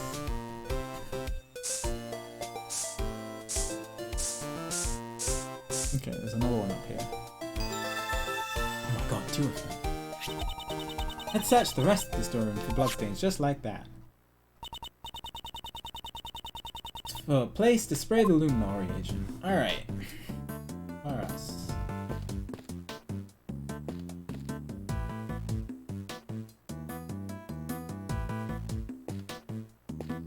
Okay, press the button here.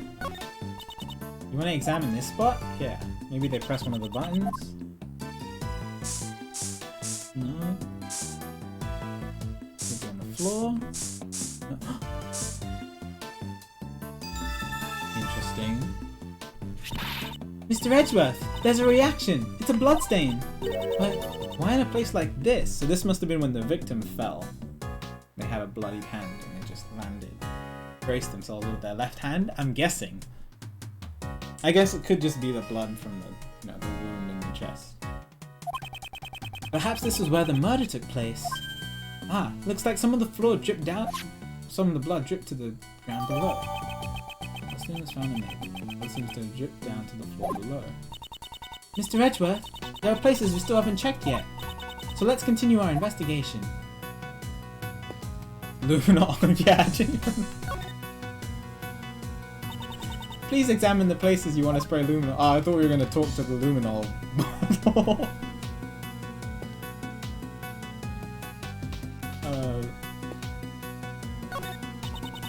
You want to examine this spot? Yeah, the money maybe? No? Alright, what about the statue?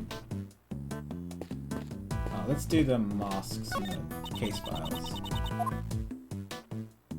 No? What's in here? Statue? No? Back to the toy?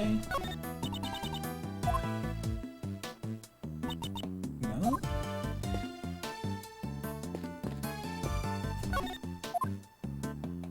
Ah! Let's play luminol on every suspicious looking nook and cranny. Ah! Mr. Edgeworth, there's a bloodstain here too! However, why is there a bloodstain in a place like this? Maybe something that had blood in it was stored inside? But if it was, maybe I'm jumping ahead. Maybe it actually was. No, it must have been the victim. It must have been the victim who left. But maybe another body, the other body that she was fighting, was stored in here as well. Just because. Okay, so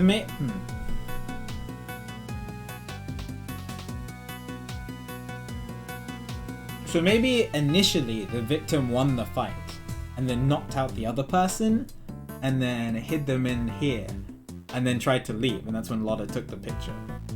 And then something else happened later in the night. That's, I think, maybe? I don't know.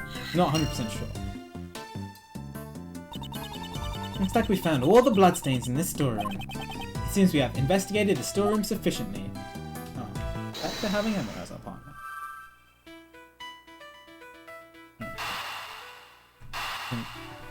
We should connect. Would be cool. The reason why we found a bloodstain in the costume trunk is because the murderer hid the body in that box. I wonder who won the bid for it. The trunk, I mean. That, I don't know. In a certain way, everything worked out exactly as someone wanted. Hold it, hold it, hold it!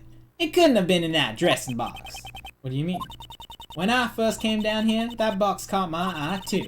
It was just the right size that would have made the perfect hiding place. That's what I thought, anyway. It'd been wrapped up real tight with a locked chain. Chains? That murder happened after that. So hiding a body in there would have been impossible, you know? The chain wrapped around it. A bit strange. Right now, it doesn't seem to be locked up at all. Huh? That's weird.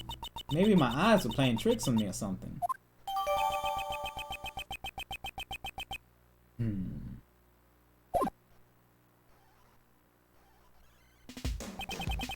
With that, I believe we have examined everything there is to examine here. Okay. Well then, let's head on down. Oh, have we decided on our next destination? Hey, Kay! Yes, Mr. Shields? We wouldn't want you to get lost, so make sure you stay real close to Encore, okay? Right, I'll follow you closely, Mr. Shields. These two. Since when did they get along like that? Since Kay lost her memories. Oh my god, this is quite the squad, and Lotta.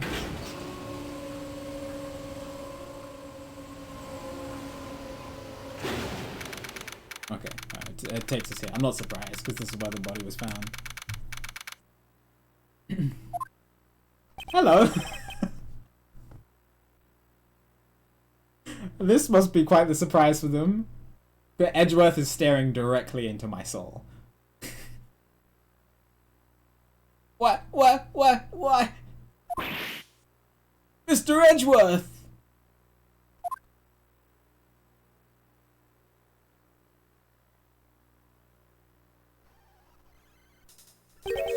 This place is... Yeah, I figured this would come down here, because this is where the body was found. Makes sense. Is this the auction hall? No, it's the meeting room from before. Ha! Ha ha ha! Wah ha ha ha ha! That was kind of Waluigi. How nice of you to drop in, Kay Faraday. You've got some guts. Hey, you got it. Arrest her! Arrest her! Wait, Kay is... As for the rest of the riffraff... Oh, right, they're looking for Kay, I forgot. Just show them out the door. What are you doing?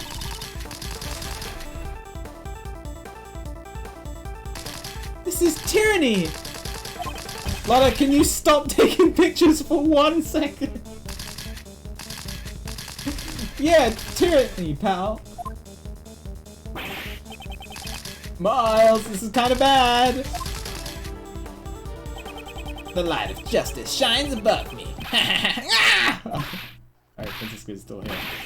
Ouch! Why me too? Oh, that's strange. I was aiming for that weak ex-prosecutor. Yeah, you were clearly aiming at me.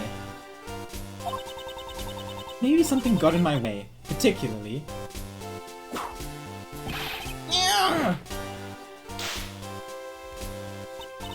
Right around there. Francisca. Just what do you think you're doing here, Edgeworth? Oh, ex-prosecutor Miles Edgeworth. I do not believe that Kay is the culprit behind this incident. You're just an ordinary man without investigative rights. What you say does not matter.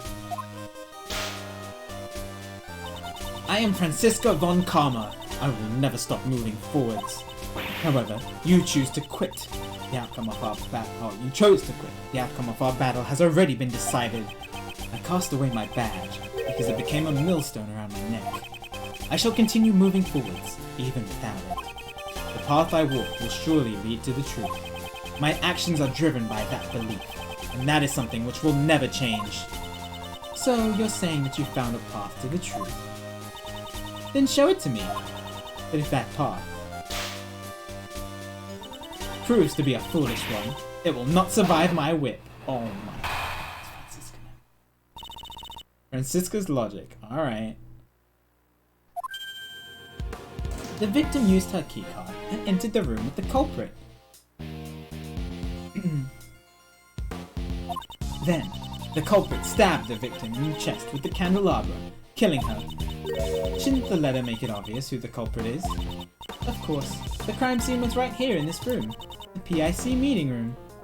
Ooh, I have evidence to prove otherwise. The proof is the bloodstain we found here in the meeting room. That settles it, Miles Edgeworth. Miss Von Karma seems really confident, doesn't she? Little does she know all the info that we have. Ah, I see. She's a firewoman, isn't she? I don't mind a feisty cutie. You are gonna get whipped, dude. Over and over again. How repulsive. Well, Miles Edgeworth, can you break my logic? If you truly have no intention of stopping here, prove it to me with evidence. This is case 4. Maybe I should put that in the title too. I'll show you, Francisca, the evidence that paves my path.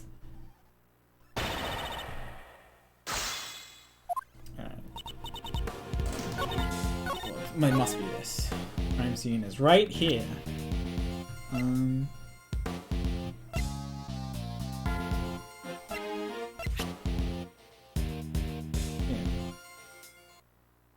Objection! Objection!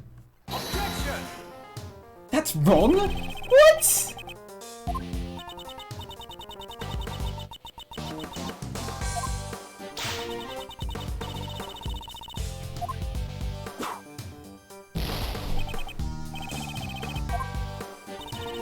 Oh, she has a whip. What's 11 on reach that? I did! The crime scene is above! That's what I wanted to say! Hold it! Hold it! Do you have any proof that the crime took place in this room? I have proof that it didn't take place in this room. A Von Karma is perfect in every way. That does not answer the question I asked. Perhaps you forgot that when you gave up your badge.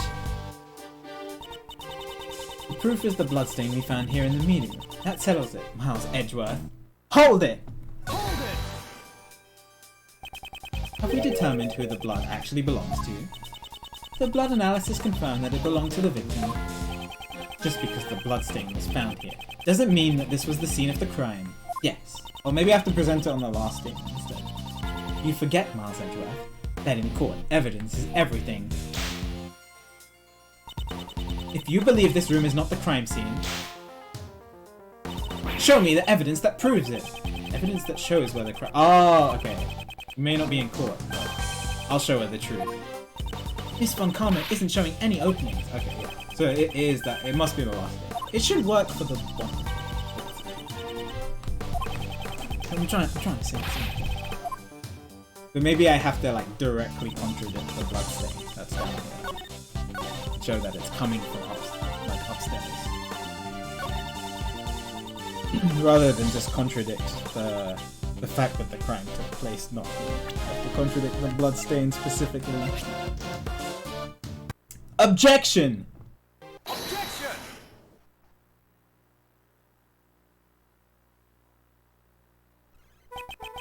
If memory serves me correctly, the blood in this meeting room was found in front of the statue of Lady Justice, was it not? To murder someone before Lady Justice, this culprit knows no fear. I wonder about that. Have a look at this piece of evidence. Blood was found in the storeroom right above the meeting room. As you can see, there are signs it has dripped down onto the floor below. And right under the hidden lift is the statue of Lady Justice. Then you understand. The murder did not take place here. The killer murdered the victim in the storeroom and then moved the body to this room. What Lady Justice witnessed was a coward trying to conceal their crime, and not the moment of the murder. She's smiling. Pardon me, I just remembered a conversation quite similar to this one. As I expected, Miles Edgeworth. Such naivete couldn't possibly be an act. Just how was Mr. Edgeworth naive? Ah! Have you forgotten? Or are you just playing the foolish fool? The amount of blood in the meeting room is clearly greater than in the storeroom. Let it drip down. Please don't hit me. Oh! Such a large amount of blood couldn't have simply dripped from the floor above. And even if it had, there should have been much more blood left behind in the storeroom. The murder could not have occurred anywhere other than this meeting room. You're as predictable as always, Francisco. What?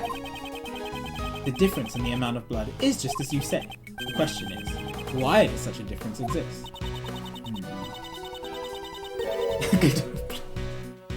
That issue is trivial. I've already explained it with my perfect logic. In that case, how do you explain the blood that was found in the storeroom? I don't suppose you're going to tell me that it somehow sprayed all the way up there. It ascended, dude. Yeah, it makes much more sense that an excess of blood found a way to drip down than a small amount of blood managed to skyrocket upwards. Like a water fountain? No way! Exactly. It's impossible. In other words, the reason for the difference in the amount of blood is...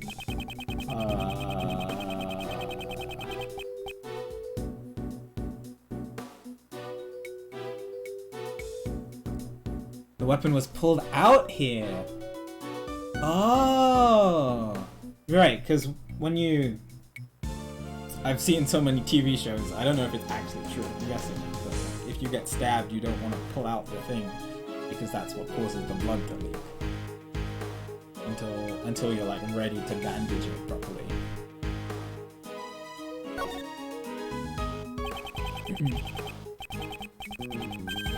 The victim died of a stab wound. Naturally, there would be a significant amount of blood loss. That's obvious just from looking at the bloodstain. But that's so weird! She was attacked in the storeroom, but there was less blood found there. Ah! Oh my god. I have to keep screaming every time Francisco is in a scene. She keeps whipping people. Silence, you third-rate prosecutor! But I'm the best! Ah! Do you know when you lose the most blood after getting stabbed with a sharp object? Ah, I know! Of course Emma knows. It's when the sharp object is pulled out, right? Precisely. After being stabbed with the candelabra, the body was moved to the meeting room. And then, the murder weapon was pulled out right here in this very room. That would account for the difference in the amount of blood that was left behind. But why would the culprit go through all that trouble? Most likely to give the impression that the murder occurred in the meeting room. It seems Miss Crane's keycard was used last night. But based on the time of use, it must have been employed by the culprit to mislead us. In all likelihood, it was the culprit who used the keycard to enter the meeting room. No, I think she was alive at this point. Just based on Lotta's picture. It's always Lotta's picture that screws everything up.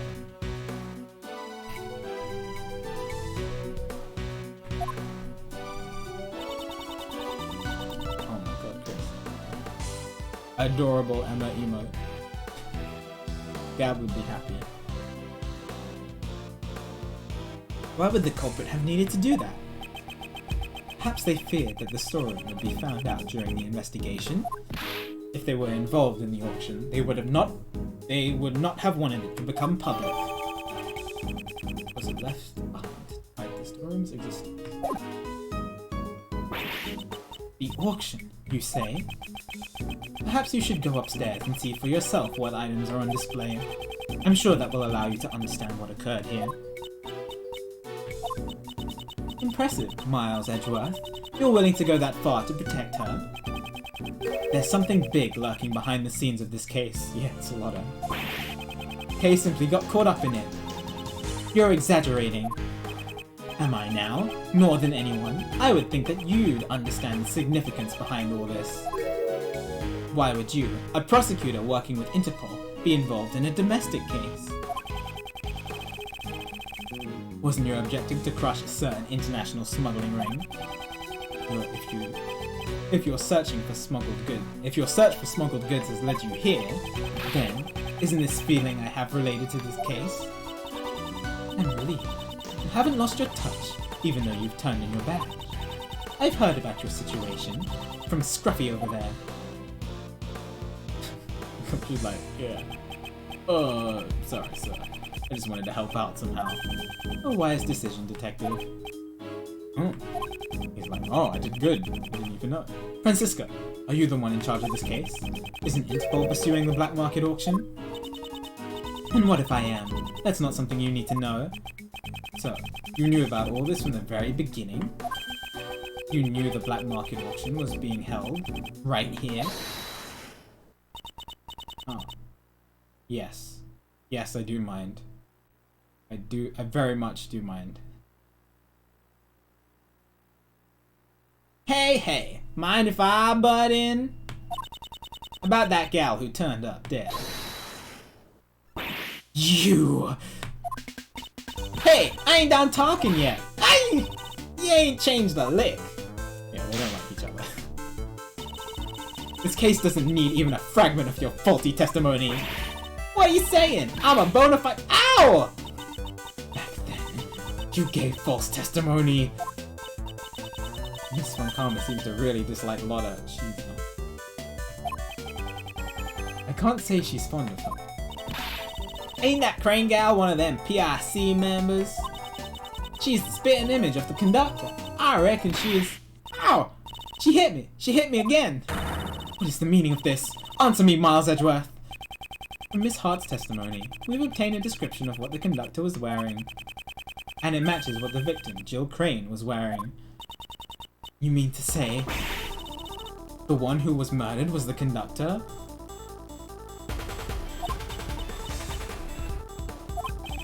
Miss Von Karma, maybe you should come. Ah! It would seem that a new fact has been brought to light. Indeed, I came here in pursuit of the black market auction, in order to arrest the organizer of the event. In other words, the conductor. We believe Miss Hart's testimony, then the conductor is already dead. Wouldn't this mean that your investigation has ended in vain? That's right. However, I swear on my name that I will not return empty-handed. I challenge you, Miles Edgeworth! For what? Challenge is fine, but why is she readying her whip like she's out for a victim of her own? Oh, okay, I thought we were going to do logic chess. I was like, okay. I will concede your argument. The murder occurred in the storeroom. That would mean the culprit is someone who participated in the auction. If that photographer is correct, the victim was the conductor, and the culprit was a customer. The culprit waited for the victim in the storeroom, where the goods were delivered. Then, they stabbed the victim in the chest with the candelabra in the storeroom. Oh my god, that sounds like a Clue line. That is all. I trust you have no objections. Unfortunately, that is not the case, because there is a hole in your testimony. As expected of Mr. Edgeworth, I didn't notice anything at all. Well then, please settle this with one blow. Yes, of course. Or she's like, crush her logic.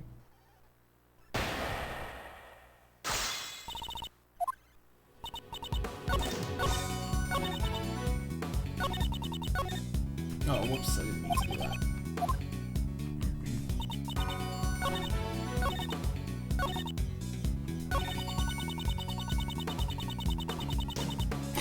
Really does sound like a Clue line.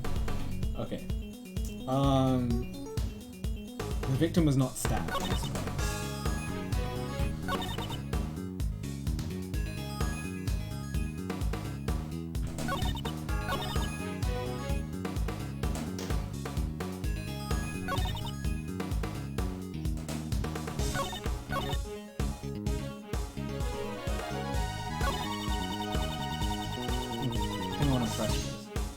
I mean, I want to present Lotta's picture here,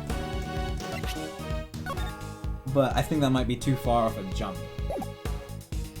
So I'm just gonna press this. Oops. Hold it! Hold it!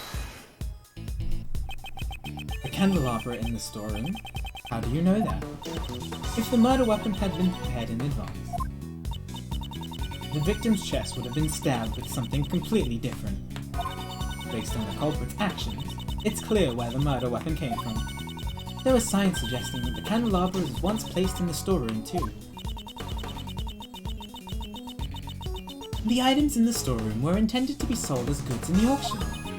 Although, where the murder weapon was procured from is not the main issue here.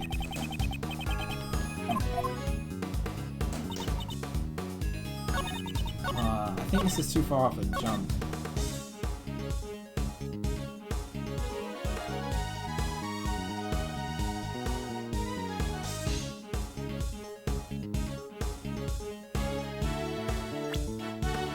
I'm gonna press some other things. Because, like, I want to present the picture to contradict the fact that, you know, the victim was still alive, leaving the story. I think it's too much.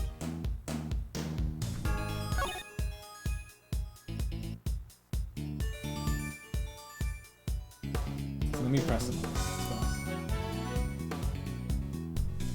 It's all because of Lotta's picture. It's throwing things off for me.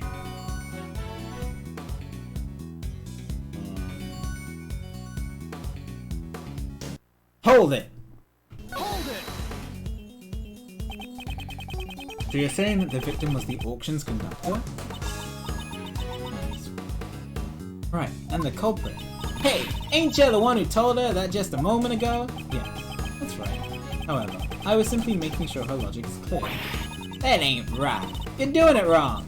This is the part where you're supposed to say, I done goofed. Alright.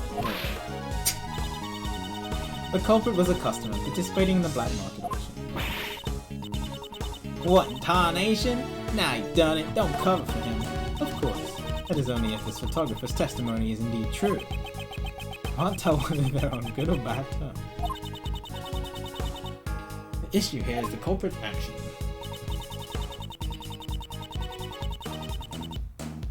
Culprit waited for the install. Hold it! Hold it! His heart was in the storeroom at the time. Could the culprit really have been waiting there? You don't know where she was hiding. But, since you've seen it, you must know as well. There are numerous hiding places in that storeroom. So the culprit was hiding while they waited for the victim to arrive. I believe the crime occurred after the auction ended. After all, the victim was the organizer of the auction, the conductor. During the auction, the organizer would have to be in front of the customers the entire time. After the auction ended, please add that statement to your testimony.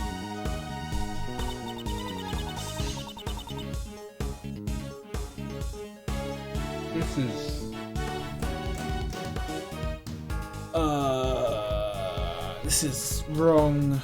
Why? I know the auction continued. But what evidence do I have to show that the auction continued? I think I picked up something, but I don't remember what it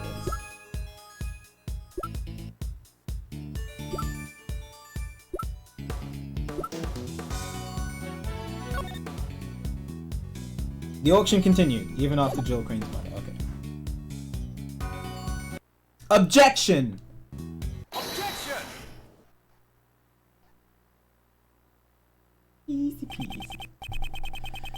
As I thought, you are one step behind. Haha. Haha. Get on my level, chat. As I thought, you are one step behind. I'm showing off. I'm flexing on stream. My channel points. What did you say?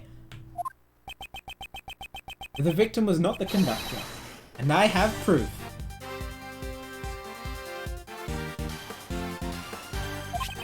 Miss Hart's testimony. The photographer's testimony is not trustworthy. What are y'all saying? I'm a bona fide ow! Cease your idle chatter.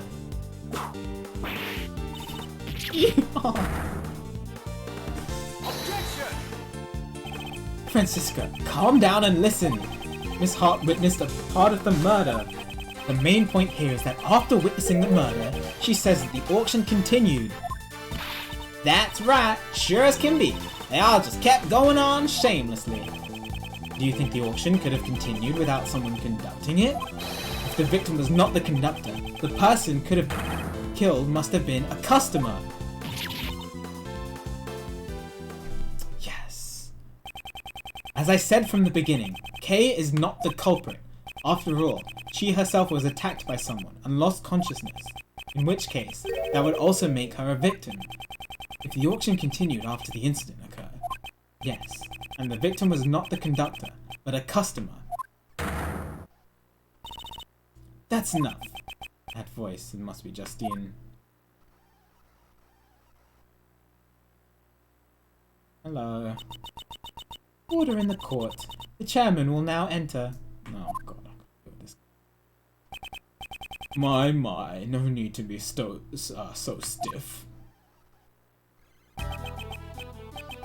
Wait a second. Wait a second. Wait 1 second. Wait a second. Wait a second. Wait a second.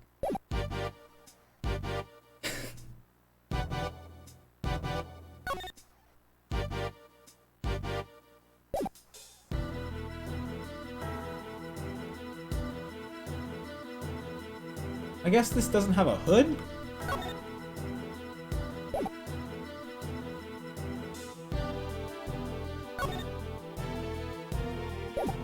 I guess it's different. It's just, you know, big coincidence that they both have red coats on. But there's no hood. And plus, I think that this is the victim anyway.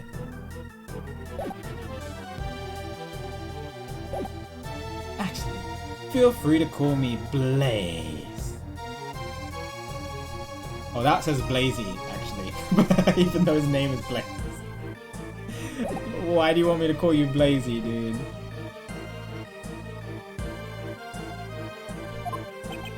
Well then, Blazy, what brings you here? Don't call your dad Blazy, please. Huh? I wanted to see if my idiot son was working hard is all. Is this kind of father-son relationship really healthy? I had come to light a fire under you. It seems I found an unexpected bonus. Dude, that flame is really close to your beard. I'm just saying, dude. To think that the criminal who had become the talk of the town would be here, of all places. Everyone, restrain the suspect at once! No. Oh my god. Now it's really close to your beard. This is quite troubling, Edgeworth. Didn't I tell you earlier? The PIC desires a swift resolution to the case. It's not. We could lose our trust with the public. They'd call us the Waste of Time Committee. You know, it's troubling for me as well, that sort of thing. And at my age, too. And on top of that, an illegal investigation is not something that I can overlook. How old is he? His age. He's 68, almost 90.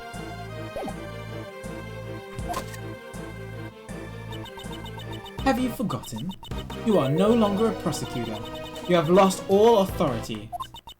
Furthermore, you have aided a criminal in invading the law.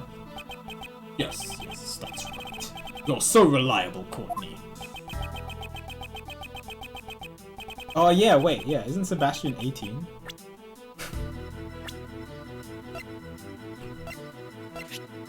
$17. Oh.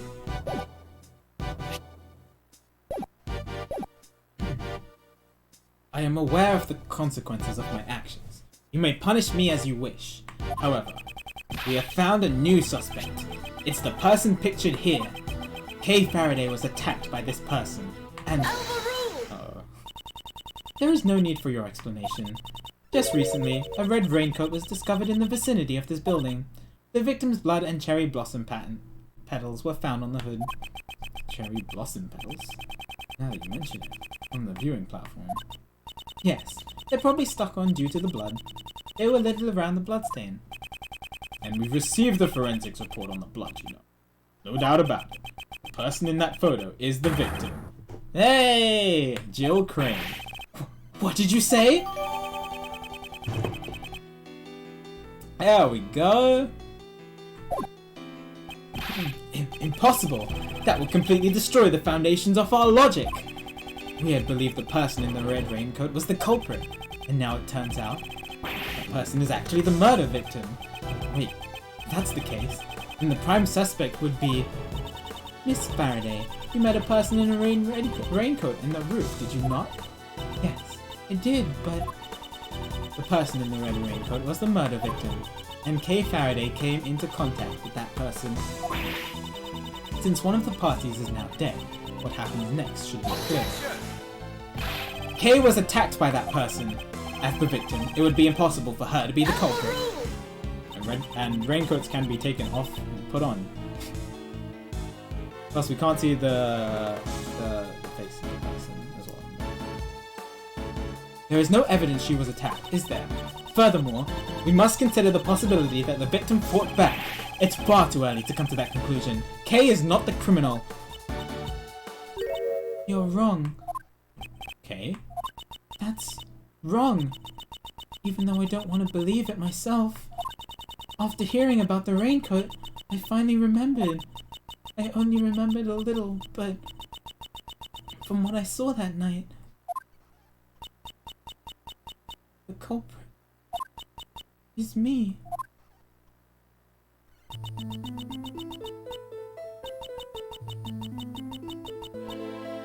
I remember looking down at the person in the red raincoat. Mr. Edgeworth, it was me. The culprit was me all along. It can't be right. Why? Why do I have that memory? That person collapsed before my eyes, engulfed in a pool of blood. Why didn't I do anything? Must have been because I killed her. The wrong thing to say in front of Courtney. It is clear to me the validity of Kay Faraday's memory. Didn't you doubt it until just now, pal? Congratulations, Miss Faraday. Your courage will surely allow you to be forgiven. Now, let us rejoice in the blessings of the Goddess of Law. Allow me to give my opinion as an international prosecutor. Her actions as a criminal are...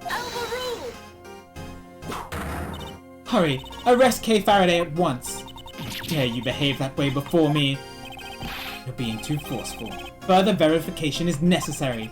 I'd even go so far as to say this is unlawful. Unfortunately, the law does not side with you. It sides with me, you see. But you know, the beautiful bond between you two has been etched deeply into my heart. That reminds me, we seem to have forgotten one additional suspect. Edgeworth. That's you. What?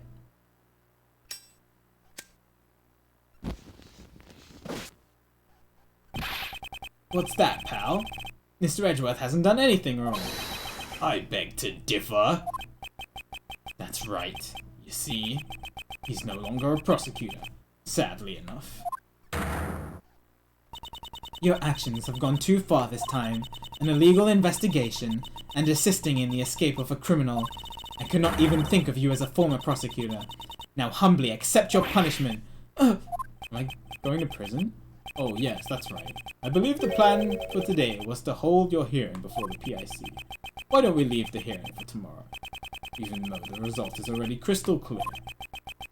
You should think long and hard about what you've done. Very long and very hard. He even has those sharp teeth. He looks like a bad guy. Court is now adjourned. Yeah, and his beard too. TBC. Oh, okay. Actual question for chat. Am I about halfway through the case?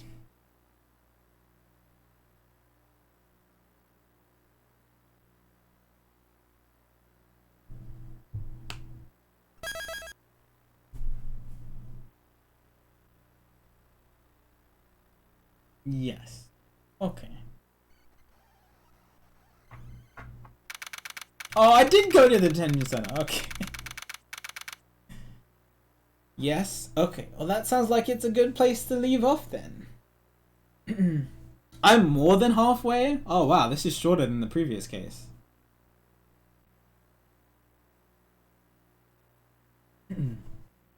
Okay. Well, it's a good good place to end because I want to do more tomorrow to finish it. And then I want to start I think I want to do case 5 over the course of 2 weeks. People say that it's really long. But I'll think more about it. That's a good place to stop. This case is very interesting and really. The thing that we don't really have other than I guess Blaze because of his red coat. We don't really have a good suspect at the moment. But man, oh boy, crazy.